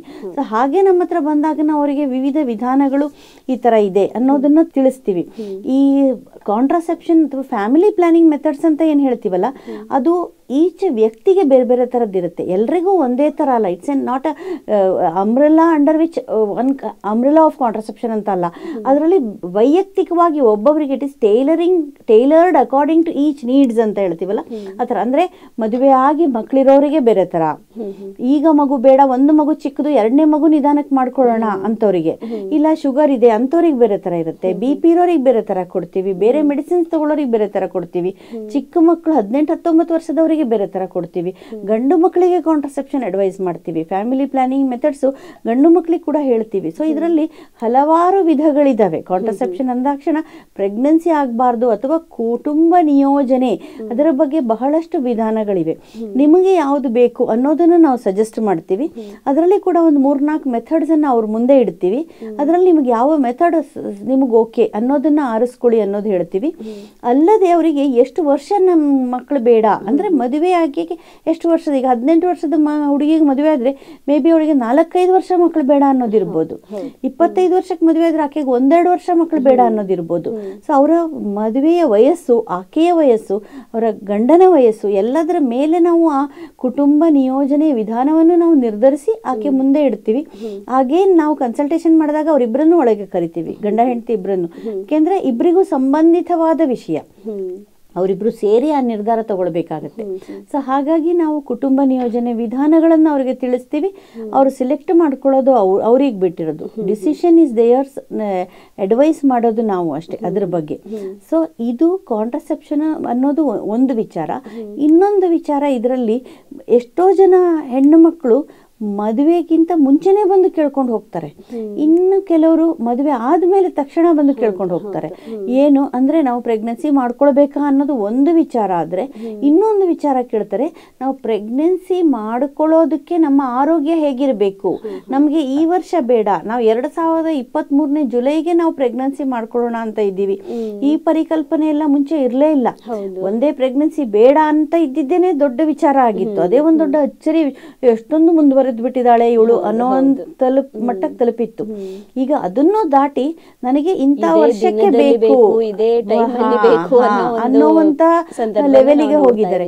ಸೊ ಅವರು ನಮ್ಮ ಹತ್ರ ಬಂದಾಗ, ನನಗೆ ಈ ವರ್ಷ ಬೇಡ ಡಾಕ್ಟರ್, ನಾನು ಈ ವರ್ಷ ಮದುವೆ ಮಾಡ್ಕೊಳ್ತೀನಿ, ಆದ್ರೆ ನನಗೆ 1 ವರ್ಷ ನನಗೆ ಮದುವೆ ಆದ್ರೂ ಕೂಡ ನನಗೆ ಮಕ್ಕಳು ಬೇಡ, ಮುಂದಿನ ವರ್ಷ ನಾನು ಮಾಡ್ಕೊಳ್ತೀನಿ, ಅದಕ್ಕೆ ಮುಂಚಿತವಾಗಿ ನಾನು ಹೇಗೆ ತಯಾರಿ ಆಗಬೇಕು ಅಂತ ಕೇಳ್ಕೊಂಡು ಬರ್ತಾರೆ. This is called as pre pregnancy counselling ಅಂತ ಕರಿತೀವಿ ನಾವು. ಪ್ರೀ ಪ್ರೆಗ್ನೆನ್ಸಿ ಕೌನ್ಸಿಲಿಂಗ್ ಅಲ್ಲಿ ನಾವು ಏನ್ ಮಾಡ್ತೀವಿ ಅಂತಂದ್ರೆ, ಅವ್ರಿಗೆ ಏನಾದ್ರೂ ಇನ್ಫೆಕ್ಷನ್ಗಳಿದಾವ, ಆಕ್ಚುಲಿ ಇನ್ಫೆಕ್ಷನ್ಗಳು ಅಥವಾ 108 ತೊಂದರೆಗಳಿದಾವ ಅನ್ನೋದನ್ನ ಆಕ್ಚುಲಿ ನಾವು ಮದುವೆಗೆ ಮುಂಚೆನೆ ನೋಡ್ಕೊಳ್ಬೇಕಾಗತ್ತೆ. ಆಕ್ಚುಲಿ ಅಂದ್ರೆ ಈ ಜಾತಕ ಅಂತ ನಾವು ಹೊರಸ್ಕೋಪ್ ಅಂತ ಏನ್ ಹೇಳ್ತೀವಿ, ನಾವು ನಮ್ಮ ಕಡೆಯಿಂದ ಮೆಡಿಕಲ್ ಹೊರಸ್ಕೋಪ್ ಅಂದ್ರೆ ಗಂಡಿಗೆ ಆಗ್ಲಿ ಹೆಣ್ಣಿಗೆ ಆಗ್ಲಿ ಇಬ್ರಿಗೂ ಯಾವ್ದಾದ್ರು HIV ಕಾಯಿಲೆಗಳಿದಾವ, ಸೆಕ್ಷುವಲಿ ಟ್ರಾನ್ಸ್ಮಿಟೆಡ್ ಡಿಸೀಸ್ ಕಾಯಿಲೆ ಇದೆಯಾ, ಶುಗರ್ BP ಇದೆಯಾ. ನೀವು ಅನ್ಕೊಳ್ಬಹುದು ಅಷ್ಟು ಚಿಕ್ಕ ವಯಸ್ಸಿನಲ್ಲಿ ಶುಗರ್ BP ಹೇಗೆ ಬರುತ್ತೆ ಅಂತ. ಆ ಕಾಲ ಹಿಂದೆ ಹೋಯ್ತು. ಈಗ ಯಂಗ್ ಏಜ್ ನಲ್ಲಿ ಶುಗರ್ BP ಬರೋರು ಬೇಕಾದಷ್ಟು ಜನ ಇದ್ದಾರೆ. ಸೊ ಶುಗರ್ BP ಇರೋರು ಇದ್ದಾರ, ಮನಸ್ಸಿನ ಇದಾವ, ಬೇರೆ ಮೆಡಿಸಿನ್ಸ್ ಏನಾದ್ರೂ ತಗೊಳ್ತಾರ, ಈ ತರದೆಲ್ಲ 108 ನಾವು ವಿಚಾರಗಳನ್ನು ನೋಡ್ಕೊಳ್ಬೇಕು. ಅಲ್ಲದೆ ಎಷ್ಟೋ ಸತಿ ಬರ್ತಾರೆ ಪೇಷಂಟ್ಗಳು. ಬಂದಾಗ ಈಗ ಇತ್ತೀಚೆಗೆ ಒಂದು ಪೇಷಂಟ್, ಅವನು ಮದುವೆ ಆಗಿದ್ದಾನೆ, ಆ ಹುಡುಗಿಗೆ HIV ಪಾಸಿಟಿವ್ ಇದೆ, ಗೊತ್ತೇ ಇಲ್ಲ ಅವನಿಗೆ, ಜಸ್ಟ್ ಮ್ಯಾರಿಡ್. ಇನ್ನೂ ಒಂದು ಪೇಷಂಟ್ ಬಂತು, ಮ್ಯಾರಿಡ್, ಅವನಿಗೆ ಸ್ಪರ್ಮ್ ಕೌಂಟ್ 0. ಸೊ ಇದೆಲ್ಲವನ್ನು ಅವರು ಮುಂಚೆನೆ ನೋಡಿಕೊಂಡ್ರೆ ಒಳ್ಳೇದು. ಬಟ್ ಅದು ಇನ್ನೂ ಬಂದಿಲ್ಲ ನಮ್ಮ ಸಮಾಜಕ್ಕೆ. ಅದು ತುಂಬಾ ದಿಟ್ಟತನದ ವಿಚಾರ ಆಯ್ತು ಅಂತ ಅನ್ನಿಸಬಹುದು. But that is what I told as medical horoscope ಅಂತ. ಎನಿವೆ ಅದು ಪ್ರೀ ಮ್ಯಾರಿಟಲ್ ವಿಷಯ ಆಗೋಯ್ತು, ಮದುವೆನ ಮುಂಚಿನ ವಿಚಾರ ಆಯ್ತು. ನಾವು ಸ್ವಲ್ಪ ಬೇರೆ ವಿಚಾರ ಮಾತನಾಡ್ತಾ ಇದೀವಿ. ಅರ್ಥಾತ್ ಪ್ರೀ ಪ್ರೆಗ್ನೆನ್ಸಿ ಕೌನ್ಸಿಲಿಂಗ್ ಅಂದರೆ ಪ್ರೆಗ್ನೆಂಟ್ ಆಗೋದಕ್ಕೆ ಮುಂಚೆ ಆಕೆ ಏನೇನು ಮಾಡ್ಕೊಳ್ಬೇಕು, ಏನಂದರೆ ಒಂದು ನ್ಯೂಟ್ರಿಷನ್, ಆಗಲೇ ನಾನು ಹೇಳಿದ ಹಾಗೆ ಇದನ್ನು ನಾನು ಕಿಶೋರಿಯರಲ್ಲೇ ವಿಚಾರ ತಿಳಿಸಿದ್ದೆ ನಾನು. ಅದರ ಬಗ್ಗೆ ದೀರ್ಘವಾಗಿ ಅವರು ಯೋಚನೆ ಮಾಡಿ ಆಹಾರ ಚೆನ್ನಾಗಿರೋ ಆಹಾರ ತಗೊಳ್ಬೇಕು, ವ್ಯಾಯಾಮ ಮಾಡ್ಕೊಳ್ಬೇಕು, ಬಾಡಿ ವೆಯ್ಟ್ ತುಂಬ ಜಾಸ್ತಿ ಆಗಬಾರ್ದು ಪ್ರೆಗ್ನೆನ್ಸಿಗೆ ಮುಂಚೆ. ಯಾಕಂದರೆ ಗರ್ಭಿಣಿ ಆದ ಮೇಲೆ ಆಕೆ 12ರಿಂದ 13 kg ತೂಕ ಹಾಕ್ತಾಳೆ. ಸೊ ಈಗಲೇ 80 kg ಇದ್ಲು ಅಂತಂದರೆ 100 kg ದಾಟಿ ಹೋಗುವಂಥ ಪೇಷಂಟ್ಗಳು ಬೇಕಾದಷ್ಟು ಜನ ಈಗಿನ ಕಾಲದಲ್ಲಿ ಅಪರೂಪ ಅಲ್ಲ. ಅಂಥದ್ದು ಆದರೆ ನಮಗೂ ತೊಂದರೆ, ಅವ್ರಿಗೂ ತುಂಬ ತೊಂದರೆ, ಪೇಷಂಟಿಗೆ ತುಂಬ ತೊಂದರೆ ಆಗುತ್ತೆ ಆರೋಗ್ಯ. ನಮ್ಮ ಡಾಕ್ಟರ್ಗಳಿಗೂ ಅವ್ರನ್ನ ಪರೀಕ್ಷೆ ಮಾಡೋದಕ್ಕೆ ಅಥವಾ ನೆಕ್ಸ್ಟ್ ಎಕ್ಸಾಂಪಲ್ ಡೆಲಿವರಿ ಆಯಿತು ಅಂತಂದ್ರೇನು ಆ ಟೈಮ್ ಡೆಲಿವರಿ ಮಾಡೋದಕ್ಕೆ ಅಥವಾ ಸಿಸೇರಿಯನ್ ಆಯಿತು ಅಂದರೆ ಆ ಗಾಯ ವಾಸಿ ಆಗೋದಕ್ಕೆ ಅಥವಾ ಆಪರೇಷನ್ ಮಾಡೋದಕ್ಕೂ ಕೂಡ ಎಲ್ಲ ಥರದಲ್ಲಿ ತೊಂದರೆ ಆಗುತ್ತೆ. ಸೊ ಹಾಗಾಗಿ ತೂಕದ ಕಡೆ ಆಕೆ ಗಮನ ಕೊಡಬೇಕಾಗತ್ತೆ. ಎರಡನೇದು. ಮೂರನೇದು ಫೋಲಿಕ್ ಆ್ಯಸಿಡ್ ಟ್ಯಾಬ್ಲೆಟ್ ಅಂತ ಹೇಳ್ತೀವಿ ನಾವು. ಆ ಫೋಲಿಕ್ ಆ್ಯಸಿಡ್ ಟ್ಯಾಬ್ಲೆಟನ್ನು ತಗೊಂಡ್ರೆ ಹುಟ್ಟುವ ಮಗುವಿನಲ್ಲಿ ಆಗುವಂಥ ಅಂಗವಿಕಲತೆ ಅಥವಾ ಮೆದುಳಿನ ನ್ಯೂನ್ಯತೆಗಳು ಅಂದರೆ abnormalities in the development of the brain and spinal cord, ಈ ಥರ ಪ್ರಾಬ್ಲಮ್ಸ್ ಎಲ್ಲ ಕಡಿಮೆ ಆಗುತ್ತೆ. ಸೊ ಹಾಗೆ ಫೋಲಿಕ್ ಆ್ಯಸಿಡ್ ಟ್ಯಾಬ್ಲೆಟ್ ತೊಗೊಳ್ಬೇಕಾಗತ್ತೆ. ನ್ಯೂಟ್ರಿಷನಲ್ ಡಿಫಿಷಿಯನ್ಸಿ ಇದೆಯಾ, ಅನೀಮಿಯಾ ಇದೆಯಾ, ವೈಟಮಿನ್ B12 ಡಿಫಿಷಿಯನ್ಸಿ ಇದೆಯಾ, ವೈಟಮಿನ್ D ಡಿಫಿಷಿಯನ್ಸಿ ಇದೆಯಾ, ಸೊ ಇದನ್ನೆಲ್ಲ ನಾವು ಪರೀಕ್ಷೆ ಮಾಡ್ತೀವಿ. ಆಮೇಲೆ ರಕ್ತ ಕಡಿಮೆ ಇತ್ತು, ಅನೀಮಿಯಾ ಇತ್ತು ಅಂದರೆ ಆಕೆಯ ರಕ್ತಹೀನತೆಯನ್ನು ನಾವು ಸರಿ ಮಾಡ್ಕೊಳ್ತೀವಿ. ಅರ್ಥಾತ್ ಐರನ್ ಟ್ಯಾಬ್ಲೆಟ್ಸ್ ಕೊಟ್ಟು ಅಥವಾ ಆಹಾರ ಪದ್ಧತಿ ಸರಿ ಮಾಡಿಕೊಂಡು ಇದೆಲ್ಲ ಸರಿಯಾಗಿ ಆಕೆ ಪರ್ಫೆಕ್ಟ್ಲಿ ಎಲ್ಲ ನಾರ್ಮಲ್ ಇತ್ತು. ಆಕೆ ಅಂದರೆ ಆಕೆನೇ ಅಲ್ಲ, ಈವನ್ ಅವರ ಯಜಮಾನರು ಕೂಡ. ಎಕ್ಸಾಂಪಲ್ ಶುಗರ್ ಸತಿಪತಿಗಳಿಬ್ಬರು, ಶುಗರ್ ಆತನಿಗೆ ಜಾಸ್ತಿ ಇದ್ರೆ ಪ್ರೆಗ್ನೆನ್ಸಿ ಆಗೋದು ಕಷ್ಟ ಆಗ್ಬೋದು. ಸೊ ಆತನಿಗೆ ಬೇರೆ ಕಾಯಿಲೆಗಳಿತ್ತು ಅಂದರೆ ಪ್ರೆಗ್ನೆನ್ಸಿ ಕಷ್ಟ ಆಗ್ಬೋದು. ಈಕೆ ಆಲ್ರೆಡಿ ಏನೇನೋ ಮಾನಸಿಕವಾದ ತೊಂದರೆಗೆ, ಖಿನ್ನತೆಗೆ ಮೆಡಿಸಿನ್ ತಗೊಳ್ತಿದ್ರೆ ಹೊಟ್ಟೆಯಲ್ಲಿರುವಂಥ ಮಗುವಿಗೆ ತೊಂದರೆ ಆಗ್ಬೋದು. ಸೊ ಇದೆಲ್ಲ ಒಂದು ಕಡೆಯಿಂದ ನಾವು ಸರಿ ಮಾಡಿಕೊಂಡು ಆರೋಗ್ಯವಂತ ದಂಪತಿಗಳಿಗೆ ಮಗು ಹುಟ್ಟಿದ್ರೆ ಆರೋಗ್ಯವಂತ ಮಗು ಹುಟ್ಟುತ್ತೆ. ಸೊ ಪ್ರೀ ಪ್ರೆಗ್ನೆನ್ಸಿ ಕೌನ್ಸಿಲಿಂಗ್ ಇದೆಲ್ಲ ಸೇರುತ್ತೆ. ಅದಲ್ಲದೆ ನಿಮ್ಮ ಪ್ರೆಗ್ನೆನ್ಸಿ ಯಾವಾಗ ಆಗಬೇಕು, ನೀವು ಕಾಂಟ್ರಸೆಪ್ಷನ್ ಯಾವಾಗ ನಿಲ್ಲಿಸಬೇಕು, ಇದನ್ನ ಕೂಡ ನಾವು ಅವ್ರಿಗೆಲ್ಲ ಎಕ್ಸ್ಪ್ಲೇನ್ ಮಾಡಿ ಹೇಳ್ತೀವಿ. ನೆಕ್ಸ್ಟ್ ಪ್ರೆಗ್ನೆನ್ಸಿ ಅಂದರೆ ಏನು, ನೀವು ಯಾವಾಗ ಬರಬೇಕು, ಪೀರಿಯಡ್ಸ್ ಯಾವಾಗ ಪೋಸ್ಟ್ಪೋನ್ ಆದರೆ ನೀವು ನಮ್ಮ ಹತ್ರ ಬರಬೇಕು, ನೆಕ್ಸ್ಟ್ ನಾವು ಏನು ಮಾಡ್ತೀವಿ, ಇದನ್ನೆಲ್ಲ ನಾವು ಪ್ರೀ ಪ್ರೆಗ್ನೆನ್ಸಿ ಕೌನ್ಸಿಲಿಂಗಲ್ಲಿ ಎಕ್ಸ್ಪ್ಲೇನ್ ಮಾಡ್ತೀವಿ. But main bottom line statement ಏನು ಅಂತಂದರೆ ಆರೋಗ್ಯವಂತ ದಂಪತಿಗಳಿರಬೇಕು ಅವರು. ಯಾಕಂದರೆ ಮಣ್ಣು ಚೆನ್ನಾಗಿತ್ತು, ಬೀಜ ಚೆನ್ನಾಗಿತ್ತು ಅಂತಂದ್ರೇ ಮರ ಚೆನ್ನಾಗಿ ಬರೋದು, ಮರದಲ್ಲಿ ಹುಟ್ಟುವಂಥ ಕಾಯಿ ಚೆನ್ನಾಗಿ ಬರೋದು. ಹಾಗೆ. ಹೌದು. ಅಂದ್ರೆ ಇವಾಗ ವಿವಾಹ ಆಗಿ ಒಂದು 2-3 ತಿಂಗಳು ಆಯ್ತು ಅಂತ ಅಂದ್ರೆ ಅವರ ಒಂದು ಹೆಣ್ಣಿನ ಪೀರಿಯಡ್ಸ್ ಸ್ಟಾಪ್ ಆಯ್ತು ಅಂದ್ರೆ ಅಲ್ಲಿ ಪ್ರೆಗ್ನೆನ್ಸಿ ಆಗಿರ್ಬೋದು ಅನ್ನೋ ಒಂದು ಕಲ್ಪನೆ ಇರುತ್ತೆ. ಸೊ ಅಲ್ಲಿ ಪೀರಿಯಡ್ಸ್ ಸ್ಟಾಪ್ ಆಗಿದ ತಕ್ಷಣ ಹೆಣ್ಣು ಪ್ರೆಗ್ನೆನ್ಸಿ ಆಗಿದ್ದಾಳೆ ಅಂತನಾ, ಅಥವಾ ಏನಾದರೂ ಮುನ್ಸೂಚನೆ, ಈ ತರ ಒಂದು ಸೂಚನೆ ಸಿಗುತ್ತೆ ಇವಳು ಪ್ರೆಗ್ನೆಂಟ್ ಆಗಿದ್ದಾಳೆ ಅನ್ನೋದಕ್ಕೆ, ಆ ಥರ ಏನಾದರೂ ಸೂಚನೆಗಳಿದೆಯಾ ಮೇಡಮ್? ಅಂದರೆ ಇದು ಕ್ವಶನಿಗೆ ಉತ್ತರ ಬಂದು ಪೀರಿಯಡ್ಸ್ ಪೋಸ್ಟ್ಪೋನ್ ಆಯಿತು ಅಂದಾಕ್ಷಣ ಪ್ರೆಗ್ನೆನ್ಸಿ ಅಂತಲ್ಲ. ಎಷ್ಟೊಂದು ಕಾರಣಕ್ಕೆ ನಾನು ಆಗಲೇ ಹೇಳಿದೆ, ಕಿಶೋರಿಯರಲ್ಲೂ ಕೂಡ ಒಬ್ಬೊಬ್ಬರಿಗೆ 2 ತಿಂಗಳು 3 ತಿಂಗಳಿಗೂ ಕೂಡ ಪೀರಿಯಡ್ಸ್ ಆಗ್ಬೋದು without pregnancy also. Of course pregnancy ಅನ್ನೋ ಅಂಶವನ್ನು ನಾವು ಫಸ್ಟು ಡಯಾಗ್ನೋಸ್ ಮಾಡಬೇಕು. ಯಾಕೆಂದರೆ ನಾವು ಮೆಡಿಸಿನ್ಸ್ ಏನೇನೋ ಕೊಡಕ್ಕೆ ಬರಲ್ಲ. ಪ್ರೆಗ್ನೆನ್ಸಿ ಇದ್ರೆ ಬೇರೆ ಥರ medicine. First of all it's a social factor also. ಅಂದರೆ ಪ್ರೆಗ್ನೆನ್ಸಿ ಇದೆ ಅನ್ನೋ ವಿಚಾರವನ್ನು ನಾವು ಅವರಿಗೆ ತಿಳಿಸ್ಬೇಕಾಗತ್ತೆ. ಅದಕ್ಕೆ ಮುಂಚೆ ನಾವು ಪತ್ತೆ ಮಾಡಬೇಕಾಗತ್ತೆ ನೋಡಿ. ಸೊ ಅದನ್ನ ಪೀರಿಯಡ್ ಸ್ಟಾಪ್ ಆಗಿದೆ ಅಂತ ಅವ್ರಿಗೆ ಅನ್ನಿಸ್ ಕೂಡಲೇ ಅವರು ವೈದ್ಯರನ್ನ ಸಂಪರ್ಕ ಒಂದು ವಾರದಲ್ಲಾದ್ರೂ ಅವ್ರು ಬರ್ಬೇಕಾಗತ್ತೆ. ಈ ಕೆಲವರಂತೂ ಬೆಳಿಗ್ಗೆ ಪೀರಿಯಡ್ಸ್ ಆಗ್ಬೇಕು ಅಂತ ಮಧ್ಯಾಹ್ನ ಸಂಜೆ ಬಂದ್ಬಿಡ್ತಾರೆ. ಅಷ್ಟೊಂದು ಅರ್ಜೆಂಟ್ ಬರ್ಬೇಕಂತ ಏನೂ ಇಲ್ಲ. 1 ವೀಕ್ ದೇ ಕ್ಯಾನ್ ವೇಟ್. 1 ವೀಕಿಗೂ ಪೀರಿಯಡ್ಸ್ ಆಗಿಲ್ಲ ಅಂತಂದ್ರೆ ಬರ್ಬೋದು. ಯಾಕೆ ಅಂದ್ರೆ ಇದರಲ್ಲಿ ಇನ್ನೊಂದು ಇಂಪಾರ್ಟೆಂಟ್ ವಿಚಾರ, ಒಂದು ಪ್ರೆಗ್ನೆನ್ಸಿ ಆಗಿದ್ರೆ ನಾವು ಡಯಾಗ್ನೋಸ್ ಮಾಡ್ತೀವಿ. ಆಗಿದ್ರೆ ಆಕೆ ಪ್ರೆಗ್ನೆನ್ಸಿ ನೀಟಾಗಿ ಕಂಟಿನ್ಯೂ ಆಗೋ ತರನೂ ಟ್ರೀಟ್ಮೆಂಟ್ ಕೊಡಬೇಕು. ಪ್ರೆಗ್ನೆನ್ಸಿ ಆಗಿದ್ದು ಆಕೆಗೆ ಬೇಡ ಅಂದ್ರೂ ಅರ್ಲಿ ಪ್ರೆಗ್ನೆನ್ಸಿ ರಿಮೂವ್ ಮಾಡೋದು ಈಸ್ ಮಚ್ ಈಸಿಯರ್. ಅವ್ರು 3 ತಿಂಗಳು 4 ತಿಂಗಳು ಪ್ರೆಗ್ನೆಂಟ್ ಮಾಡಿ, ಎಸ್ಪೆಷಲಿ ಪೀರಿಯಡ್ಸ್ ಇರೆಗ್ಯುಲರ್ಗೆ 4 ತಿಂಗಳು 5 ತಿಂಗಳಿಗೆ ಒಮ್ಮೆ ಪೀರಿಯಡ್ಸ್ ಆಗೋರಿಗೆ ಅವ್ರಿಗೆ ಗೊತ್ತೇ ಆಗೋದಿಲ್ಲ. ಪ್ರೆಗ್ನೆಂಟ್ ಇಲ್ಲ ಅಂತ ತಿಳ್ಕೊಂಡಿರ್ತಾರೆ. ಅದೇನು ಮಗು ಮೂವ್ಮೆಂಟ್ ಅಷ್ಟು ಬೇಗ ಆಗೋದಿಲ್ಲ, 5 ಮಂತ್ಸ್ ಆಗಿರ್ಬೇಕಾಗತ್ತೆ. ಸೊ ಹಾಗಾಗಿ ಅವರಿಗೆ ಪ್ರೆಗ್ನೆನ್ಸಿಯ ಪರಿಕಲ್ಪನೆನೇ ಇರೋದಿಲ್ಲ. ಆರಾಮಾಗಿ ಓಡಾಡ್ಕೊಂಡಿರ್ತಾರೆ. ಒಬ್ಬೊಬ್ಬರಿಗೆ ಏನು ಸಿಂಪ್ಟಮ್ಸು ಇರಲ್ಲ, ತಲೆ ಸುತ್ತು ವಾಂತಿ ಏನೂ ಇರೋದಿಲ್ಲ. ಅವ್ರಿಗೆ ನಾವು ಹೇಳಿದಾಗ ಅಚ್ಚರಿ ಆಗುತ್ತೆ. 6 ತಿಂಗಳಿಗೆ ಬಂದವರು ಇದ್ದಾರೆ ಎಷ್ಟೋ ಜನ ಪೇಷಂಟ್. ನಾನು ಪ್ರೆಗ್ನೆಂಟಾ ಅಂತ ಅವ್ರಿಗೆ ಕೆಲವರಿಗೆ ಆಶ್ಚರ್ಯ ಆಗುತ್ತೆ, ಕೆಲವರಿಗೆ ಬೇಜಾರಾಗುತ್ತೆ, ತೆಗಿಯೋಕ್ಕಾಗಲ್ಲ ಅಂತ ಬೇಜಾರಾಗುತ್ತೆ, ಎಟ್ಸೆಟ್ರಾ ಎಟ್ಸೆಟ್ರಾ. ಎನಿವೆ, ಸೊ ಅವರು 1 ವಾರ ಮುಂದೆ ಹೋದಾಗ ಬರೋದು ನಮ್ಮಲ್ಲಿ ಒಳಿತು. ಇನ್ನೂ ಒಂದು ವಿಧಾನ ಇದೆ ಈಗಿನ ಕಾಲದಲ್ಲಂತೂ, ಈ ಆಗಲೇ ಹೇಳಿದ ಹಾಗೆ ನಾನು pregnancy tablets or MTP tablets or available over the counter ಅಂದ ಹಾಗೆ ಯೂರಿನ್ ಪ್ರೆಗ್ನೆನ್ಸಿ ಕಿಟ್ಟು ಕೂಡ ಅಂಗಡಿಗಳಲ್ಲೇ ಯಥೇಚ್ಛವಾಗಿ ಸಿಗುತ್ತೆ. ಎಷ್ಟೋ ಜನ ಪೇಷಂಟ್, ಹೌದು, ಅವ್ರು ನಮ್ಮ ಹತ್ರ ಬರಕ್ ಮುಂಚೆ ಅವರು ಡೆಫಿನೆಟ್ಲಿ ಮನೇಲಿ ಮಾಡ್ಕೊಂಡೇ ಬಂದಿರ್ತಾರೆ. I can say 99 out of 100 ಜನ ಮನೆಯಲ್ಲಿ ಮಾಡಿಕೊಂಡು ಪ್ರೆಗ್ನೆನ್ಸಿ ಇದೆ ಇಲ್ಲ ಅನ್ನೋ ಕುತೂಹಲದಿಂದ ಮಾಡಿಕೊಂಡು ನಮ್ಮ ಹತ್ರ ಬರ್ತಾರೆ. ಡಾಕ್ಟ್ರೇ ಮಾಡ್ಕೊಂಡಿದ್ದೆ, ಪ್ರೆಗ್ನೆನ್ಸಿ ಟೆಸ್ಟ್ ಹೀಗಿದೆ ಅಂತ ನಮ್ಮಲ್ಲಿ ಬರ್ತಾರೆ. ಸೊ ಹೀಗೆ ಪ್ರೆಗ್ನೆನ್ಸಿ ಅನ್ನೋದು ಫಸ್ಟ್ ನಾವು ಡಯಾಗ್ನೋಸ್ ಮಾಡಿ, ಪ್ರೆಗ್ನೆನ್ಸಿ ಅಲ್ಲದಿದ್ರೆ ಮುಂದೆ ಬೇರೆ ಏನು ಕಾರಣ ಅನ್ನೋದು. ಆಗ ನಾನು ಹೇಳಿದೆ ನೋಡಿ, ಒಂದು ವಿಷಯ ಬಿಟ್ಟೆ, ಪ್ರೀ ಪ್ರೆಗ್ನೆನ್ಸಿ ಕೌನ್ಸಿಲಿಂಗ್ ಅಂತ ಹೇಳಿದ್ರೆ ಥೈರಾಯ್ಡ್ ಟೆಸ್ಟ್ ಮಾಡ್ತೀವಿ, ಶುಗರ್ ಟೆಸ್ಟ್ ಮಾಡ್ತೀವಿ, ಇವೆಲ್ಲ ನಾರ್ಮಲ್ ಇರಬೇಕು, ಥೈರಾಯ್ಡ್ ವ್ಯಾಲ್ಯೂ ಆಲ್ಸೋ. ಯಾಕೆಂದ್ರೆ ಪ್ರೆಗ್ನೆನ್ಸಿ ಆಗೋದು ಕಷ್ಟ ಆಗೋದೊಂದು, ಪ್ರೆಗ್ನೆಂಟ್ ಆದ್ಮೇಲೆ ಅಬಾರ್ಷನ್ ಚಾನ್ಸಸ್ ಜಾಸ್ತಿ ಆಗುತ್ತೆ. ಈ ತರ ಎಲ್ಲ ಅಬ್ನಾರ್ಮಲ್ ವ್ಯಾಲ್ಯೂಸ್ ಇತ್ತು ಅಂದ್ರೆ, ಥೈರಾಯ್ಡ್ ರಿಪೋರ್ಟ್ ನಾರ್ಮಲ್ ಇಲ್ಲ ಅಂದ್ರೆ ಆಕೆ ನಾರ್ಮಲ್ ಮಾಡ್ಕೊಂಡು ಪ್ರೆಗ್ನೆನ್ಸಿ ಮಾಡ್ಕೊಳ್ಳೋದು ಉತ್ತಮ. ಪ್ರೆಗ್ನೆನ್ಸಿ ಆಗಿ 2 ತಿಂಗಳಲ್ಲಿ 3 ತಿಂಗಳಲ್ಲಿ ಪ್ರೆಗ್ನೆನ್ಸಿ ಕಳ್ಕೊಳ್ಳೋದು ಏನ್ ಚಂದ ಹೇಳಿ ಅಲ್ವಾ? ಸೊ ಹೀಗಾಗಿ ಇದೆಲ್ಲವನ್ನು ನಾವು ಪ್ರೀ ಪ್ರೆಗ್ನೆನ್ಸಿ ಕೌನ್ಸಿಲಿಂಗ್ ಅಲ್ಲಿ ಅವ್ರಿಗೆ ಎಕ್ಸ್ಪ್ಲೈನ್ ಮಾಡ್ತೀವಿ. ಇತ್ತೀಚಿನ ದಿನಗಳಲ್ಲಿ ಮೇಡಮ್, ಈಗ ನೀವು ಹೇಳಿದಾಗೆ ಸಿಟಿ ಹೆಣ್ಮಕ್ಳು ಜೀವನದಲ್ಲಿ ಒಂದು ಸೆಟಲ್ಮೆಂಟ್ ಆದ್ಮೇಲೆ, ಅಂದ್ರೆ ಅವರ ವಿದ್ಯಾಭ್ಯಾಸ ಆಗಿರ್ಬೋದು, ವೃತ್ತಿ ಜೀವನ ಆಗಿರ್ಬೋದು, ಅವ್ರೇನೋ ಒಂದು ಗುರಿ ಇಟ್ಕೊಂಡಿರ್ತಾರಲ್ಲ, ಅದಾದ್ಮೇಲೆನೆ ವಿವಾಹ ಆಗ್ತಿದ್ದಾರೆ 25 ವರ್ಷದ ಮೇಲ್ಪಟ್ಟು. ಸೊ 25 ವರ್ಷದ ಮೇಲ್ಪಟ್ಟು ಅವರು ವಿವಾಹ ಆದಾಗ ಗರ್ಭಧಾರಣೆನ ಅಲ್ಲಿ ತಡೆ ಹಿಡಿಯೋದು ಅಷ್ಟೊಂದು ಸೂಕ್ತ ಅಲ್ಲ ಅಂದ್ಬಿಟ್ಟು ಕೆಲವರು ಗರ್ಭ ಧರಿಸ್ಲಿಕ್ಕೆ ರೆಡಿ ಇರ್ತಾರೆ. ಅದು ಗರ್ಭಧಾರಣೆ ಆದ್ರೂ ಕೂಡ 40 ಡೇಸ್ ಅಥವಾ 45 ಡೇಸ್ ನೋಡ್ತಾರೆ. ಅದು ಪ್ರೆಗ್ನೆನ್ಸಿ ಅಂತ ಕನ್ಫರ್ಮ್ ಆದ್ರೂ ಆ ಕಡೆಯಿಂದ 1 ವಾರದ ಒಳಗಡೆ ಅದು ಅಬಾರ್ಟ್ ಆಗಿದೆ ಅನ್ನೋ ಒಂದು ವಿಚಾರಗಳು ಕೂಡ ಬರ್ತಾ ಇದೆ. ಆ ರೀತಿ ಅಷ್ಟು ಸಡನ್ ಆಗಿ ಅದು ಅಬಾರ್ಟ್ ಆಯ್ತು, ಗರ್ಭ ನಿಲ್ಲಲಿಲ್ಲ ಅನ್ನೋದಕ್ಕೆ ಏನ್ ಕಾರಣ ಇರ್ಬೋದು ಮೇಡಮ್? ಒಂದು, ಇತ್ತೀಚಿನ ದಿನಗಳಲ್ಲಿ ನಾವು ನೋಡಿದ ಹಾಗೆ ಏಜ್ ಆಗಿರೋರು ಪ್ರೆಗ್ನೆನ್ಸಿ, ಅಂದ್ರೆ ನೀವು ಹೇಳಿದಾಗ 25 ವರ್ಷಕ್ಕೆ ಆಗೋದು ಅಪರೂಪ ಅಂತಾನೆ ಹೇಳ್ತೀನಿ. ಎಷ್ಟೋ ಜನ ಈಗ ರೈಟ್ ನೋ ನನ್ನ ಹತ್ರ 3-4 ಜನ ಪೇಷಂಟ್ ಇದ್ದಾರೆ 40 ದಾಟಿ ಫಸ್ಟ್ ಪ್ರೆಗ್ನೆನ್ಸಿ. ಹಳ್ಳಿ ಜನರಿಗಂತೂ ಆಶ್ಚರ್ಯನೇ ಆಗ್ಬೋದು, ಮೊಮ್ಮಗು ಹುಟ್ಟೋ ಕಾಲಕ್ಕೆ ಈಕೆಗೆ ಮಗು ಹುಟ್ಟಿದೆಯಲ್ಲ ಅಂತ ಅವ್ರು ಮುಗಿನ ಮೇಲೆ ಬೆರಳಿಡ್ಬೋದು. ಬಟ್ ಸಿಟಿ ಜನ ಅತಿರೇಕಕ್ಕೂ ಹೋಗ್ತಾರೆ. ಅತಿರೇಕ ಅನ್ನೋ ತಪ್ಪಾಗ್ಬೋದು, ಅದು ಅವರ ಸ್ವಂತ ವೈಯಕ್ತಿಕ ವಿಚಾರ. ಬಟ್ ಒಟ್ನಲ್ಲಿ 40 ದಾಟಿ ಪ್ರೆಗ್ನೆನ್ಸಿ ಆದವರು ಇರ್ತಾರೆ.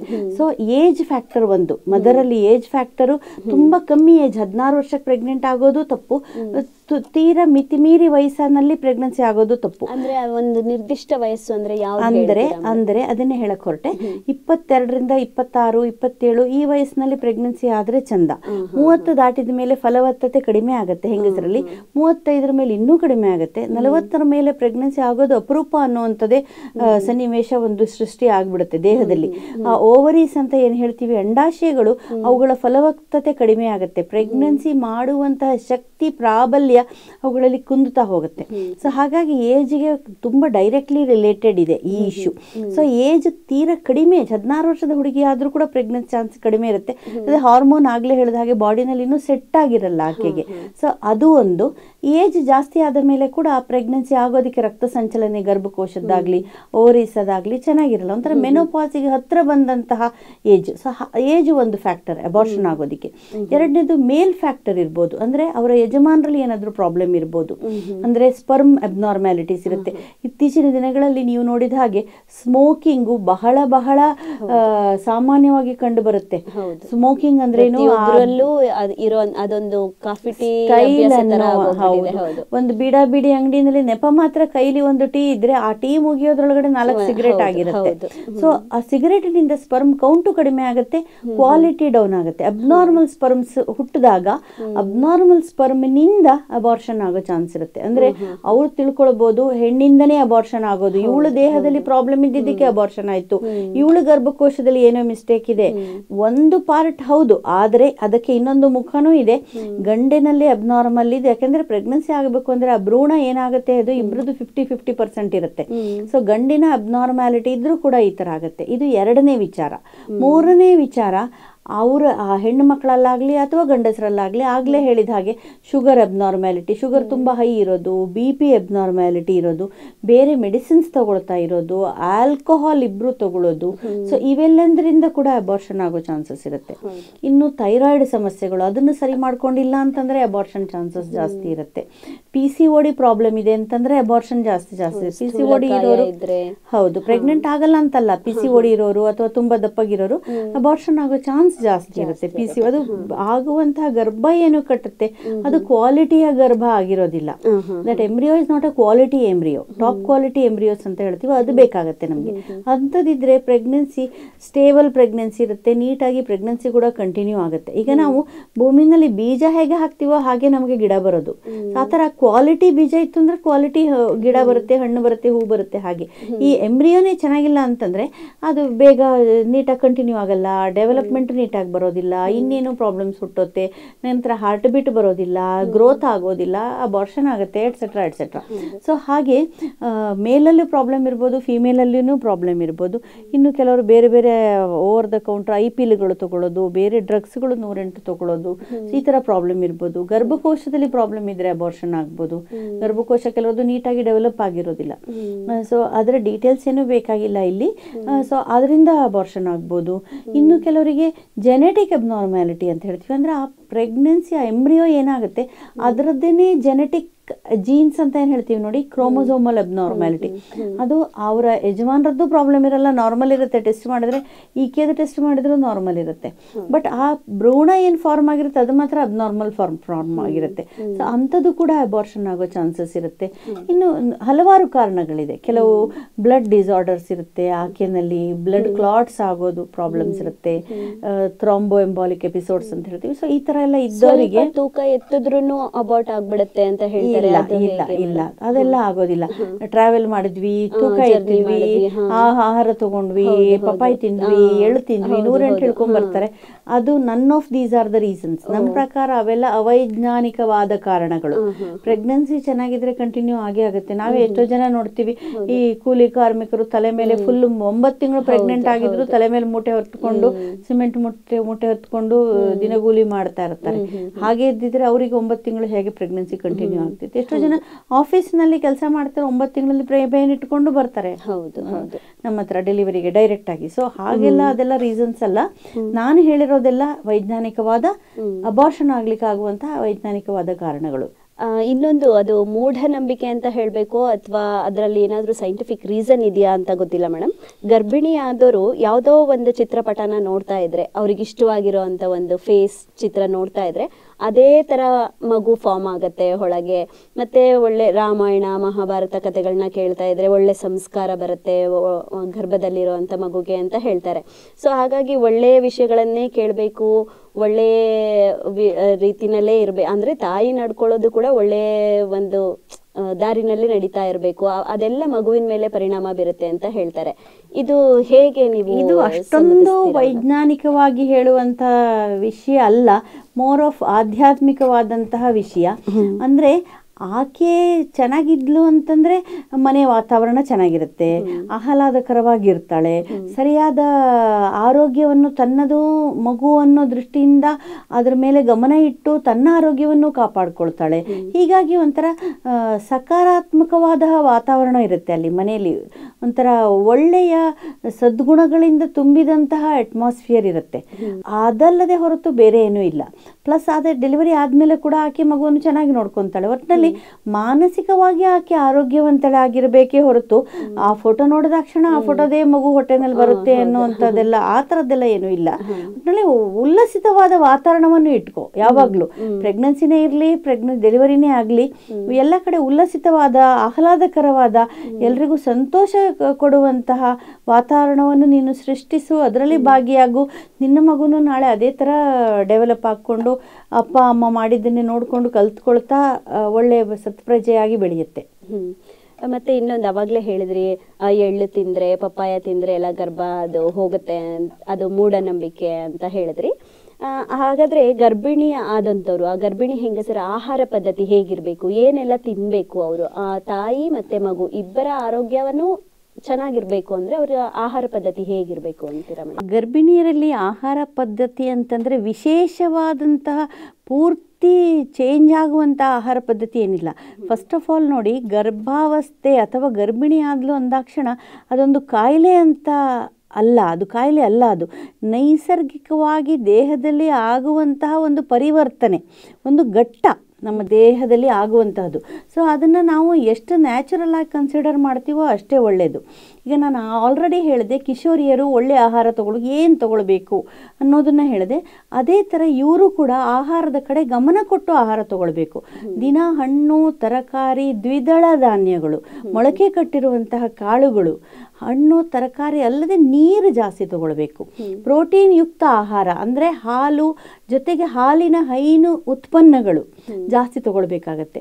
ಅಲ್ಲದೆ ಫ್ಯಾಟ್ ಅಂಶ, ಕೊಬ್ಬಿನ ಅಂಶ ಕಡಿಮೆ ಇರುವಂಥದ್ದು, ಎಣ್ಣೆ, ತುಪ್ಪ, ಆಮೇಲೆ ಜಿಡ್ಡು ಪದಾರ್ಥಗಳು, ಸ್ವೀಟ್ ಪದಾರ್ಥಗಳು, ಸಿಹಿ ಪದಾರ್ಥಗಳು ಇವು ಕಡಿಮೆ ತಗೊಳ್ಬೇಕು. ಅನ್ನ ಕಡಿಮೆ ತಗೊಳ್ಬೇಕಾಗತ್ತೆ.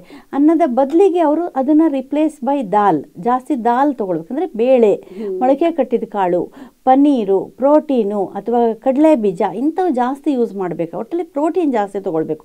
ಯಾವಾಗಲೇ ಪ್ರೆಗ್ನೆನ್ಸಿನೇ ಅಂತಲ್ಲ, ಯಾರೇ ಆಗಲಿ ಮನುಷ್ಯ ಅಂತಂದವನು, ಗಂಡಸರಾಗಲಿ, ಹೆಣ್ಣು ಮಕ್ಕಳಾಗಲಿ, ಕಿಶೋರಿಯರಾಗಲಿ, ವಯಸ್ಸಾಗಿರೋರಾಗಲಿ ಪ್ರೋಟೀನ್ ಅಂಶ ಜಾಸ್ತಿ, ಪ್ರೋಟೀನಿಗೆ ಮಹತ್ವ ಕೊಡಬೇಕು.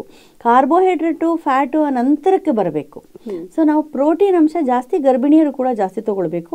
ಅಲ್ಲದೆ ಡಾಕ್ಟ್ರುಗಳು ಕೂಡ ಮೆಡಿಸಿನ್ಸ್ ಕೊಟ್ಟಿರ್ತಾರೆ. ಪ್ರೆಗ್ನೆನ್ಸಿಯಲ್ಲಿ ಬೇಕಾಗುವಂತಹ, ಮಗುವಿನ ಆರೋಗ್ಯಕ್ಕೆ ಬೇಕಾಗುವಂತಹ, ಬೆಳವಣಿಗೆ ನೀಟಾಗಿ ಆಗುವ, ದಪ್ಪ ಆಗಬೇಕು ಅಂತಲ್ಲ, ಬೆಳವಣಿಗೆ ಗ್ರೋತ್ ಚೆನ್ನಾಗಿರೋ, ಕ್ವಾಲಿಟಿ ಇರಬೇಕು, ನಾಟ್ ದ ಕ್ವಾಂಟಿಟಿ.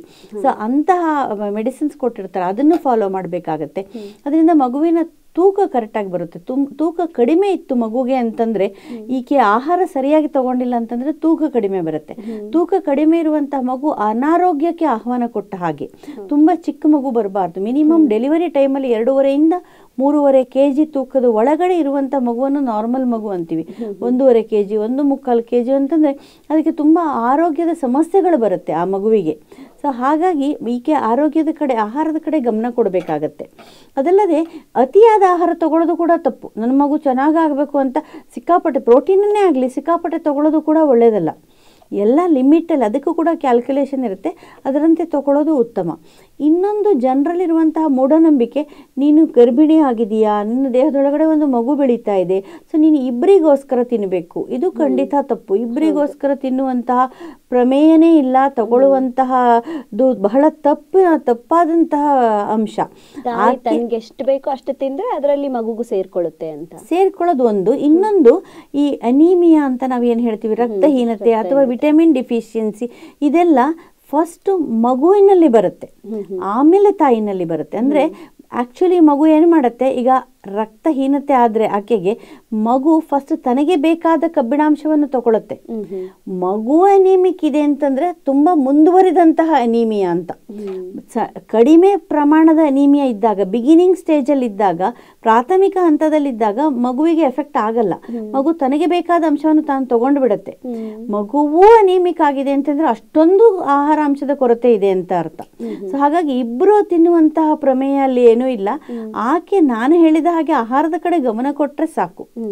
ಇನ್ನೊಂದು ವಿಚಾರ ಅಂದರೆ, ಗರ್ಭಿಣಿ ಆದಾಕೆ ಗರ್ಭಿಣಿಯ ಮುಂಚಿನ ತೂಕಕ್ಕೂ ಡೆಲಿವರಿ ಆಗುವ ದಿನಕ್ಕೂ ತೂಕದಲ್ಲಿ ಆ 9 ತಿಂಗಳ ಪ್ರಯಾಣದಲ್ಲಿ ಆಕೆ 11ರಿಂದ ಮ್ಯಾಕ್ಸಿಮಮ್ 13 kg ನಾರ್ಮಲ್ ವೇಟ್ ಇರೋರು. ಆಲ್ರೆಡಿ ಆಕೆ ತುಂಬ ದಪ್ಪಗಿದ್ಲು ಅಂತಂದರೆ ಆಕೆ 8ರಿಂದ 9 kg ಅಷ್ಟೇ ತೂಕ ಹಾಕುವಂತಹ ಅವಕಾಶ ಇರೋದು ಆಕೆಗೆ. ಯಾಕೆಂದರೆ ಆಲ್ರೆಡಿ ಆಕೆ ದಪ್ಪ ಇದ್ದಾಳೆ.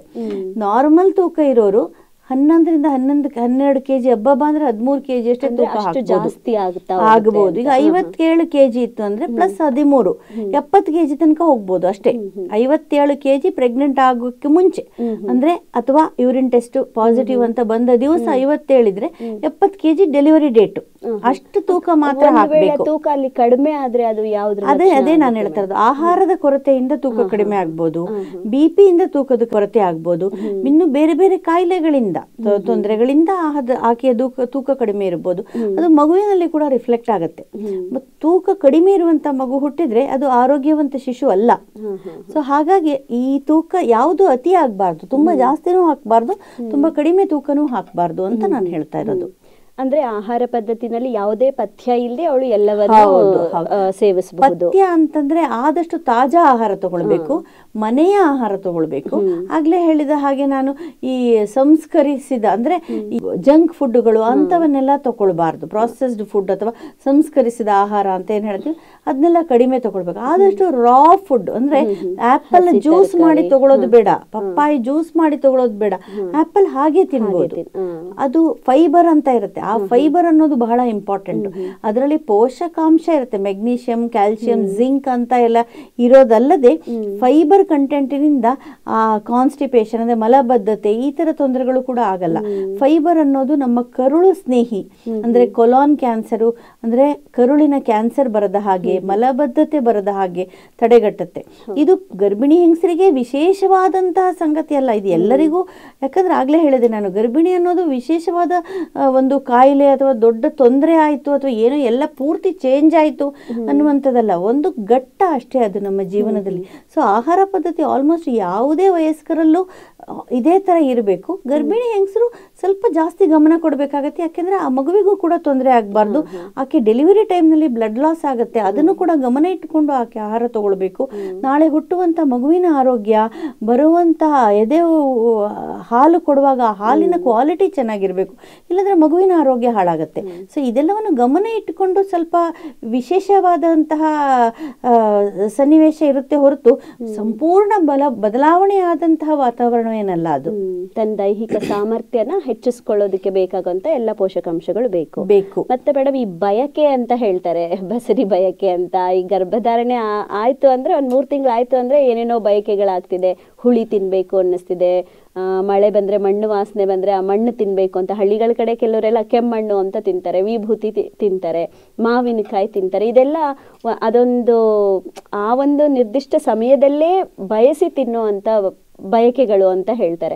ಮತ್ತೆ ಇನ್ನು ಕೆಲವರು ಹೇಳ್ತಾರೆ ಮದ್ಯಪಾನ ಮಾಡ್ಬೇಕು ಅಂತ ಬಯಕೆ ಆಗ್ತಿದೆ ನನಗೆ, ಧೂಮಪಾನ ಮಾಡ್ಬೇಕು ಅಂತ ಬಯಕೆ ಆಗ್ತಿದೆ, ಇದೆಲ್ಲ ನೆರವೇರ್ಲಿಲ್ಲ ಅಂದ್ರೆ ಕಣ್ಣು ಕಾಣ್ದಂಗ ಆಗ್ಬಿಡತ್ತೆ. ಈ ತರ ಎಲ್ಲ ಒಂದು ಮೂಢನಂಬಿಕೆ ಇದೆ ಹಳ್ಳಿ ಕಡೆ ಈಗಲೂ ಕೂಡ. ನಾವು ಸುಮಾರು ಜನಗಳಲ್ಲಿ ನಾವು ನೋಡ್ತೀವಿ. ಇದ್ರ ಬಗ್ಗೆ ಏನ್ ಹೇಳಿಕ್ಕೆ ಇಷ್ಟಪಡ್ತೀರಾ ಮೇಡಮ್?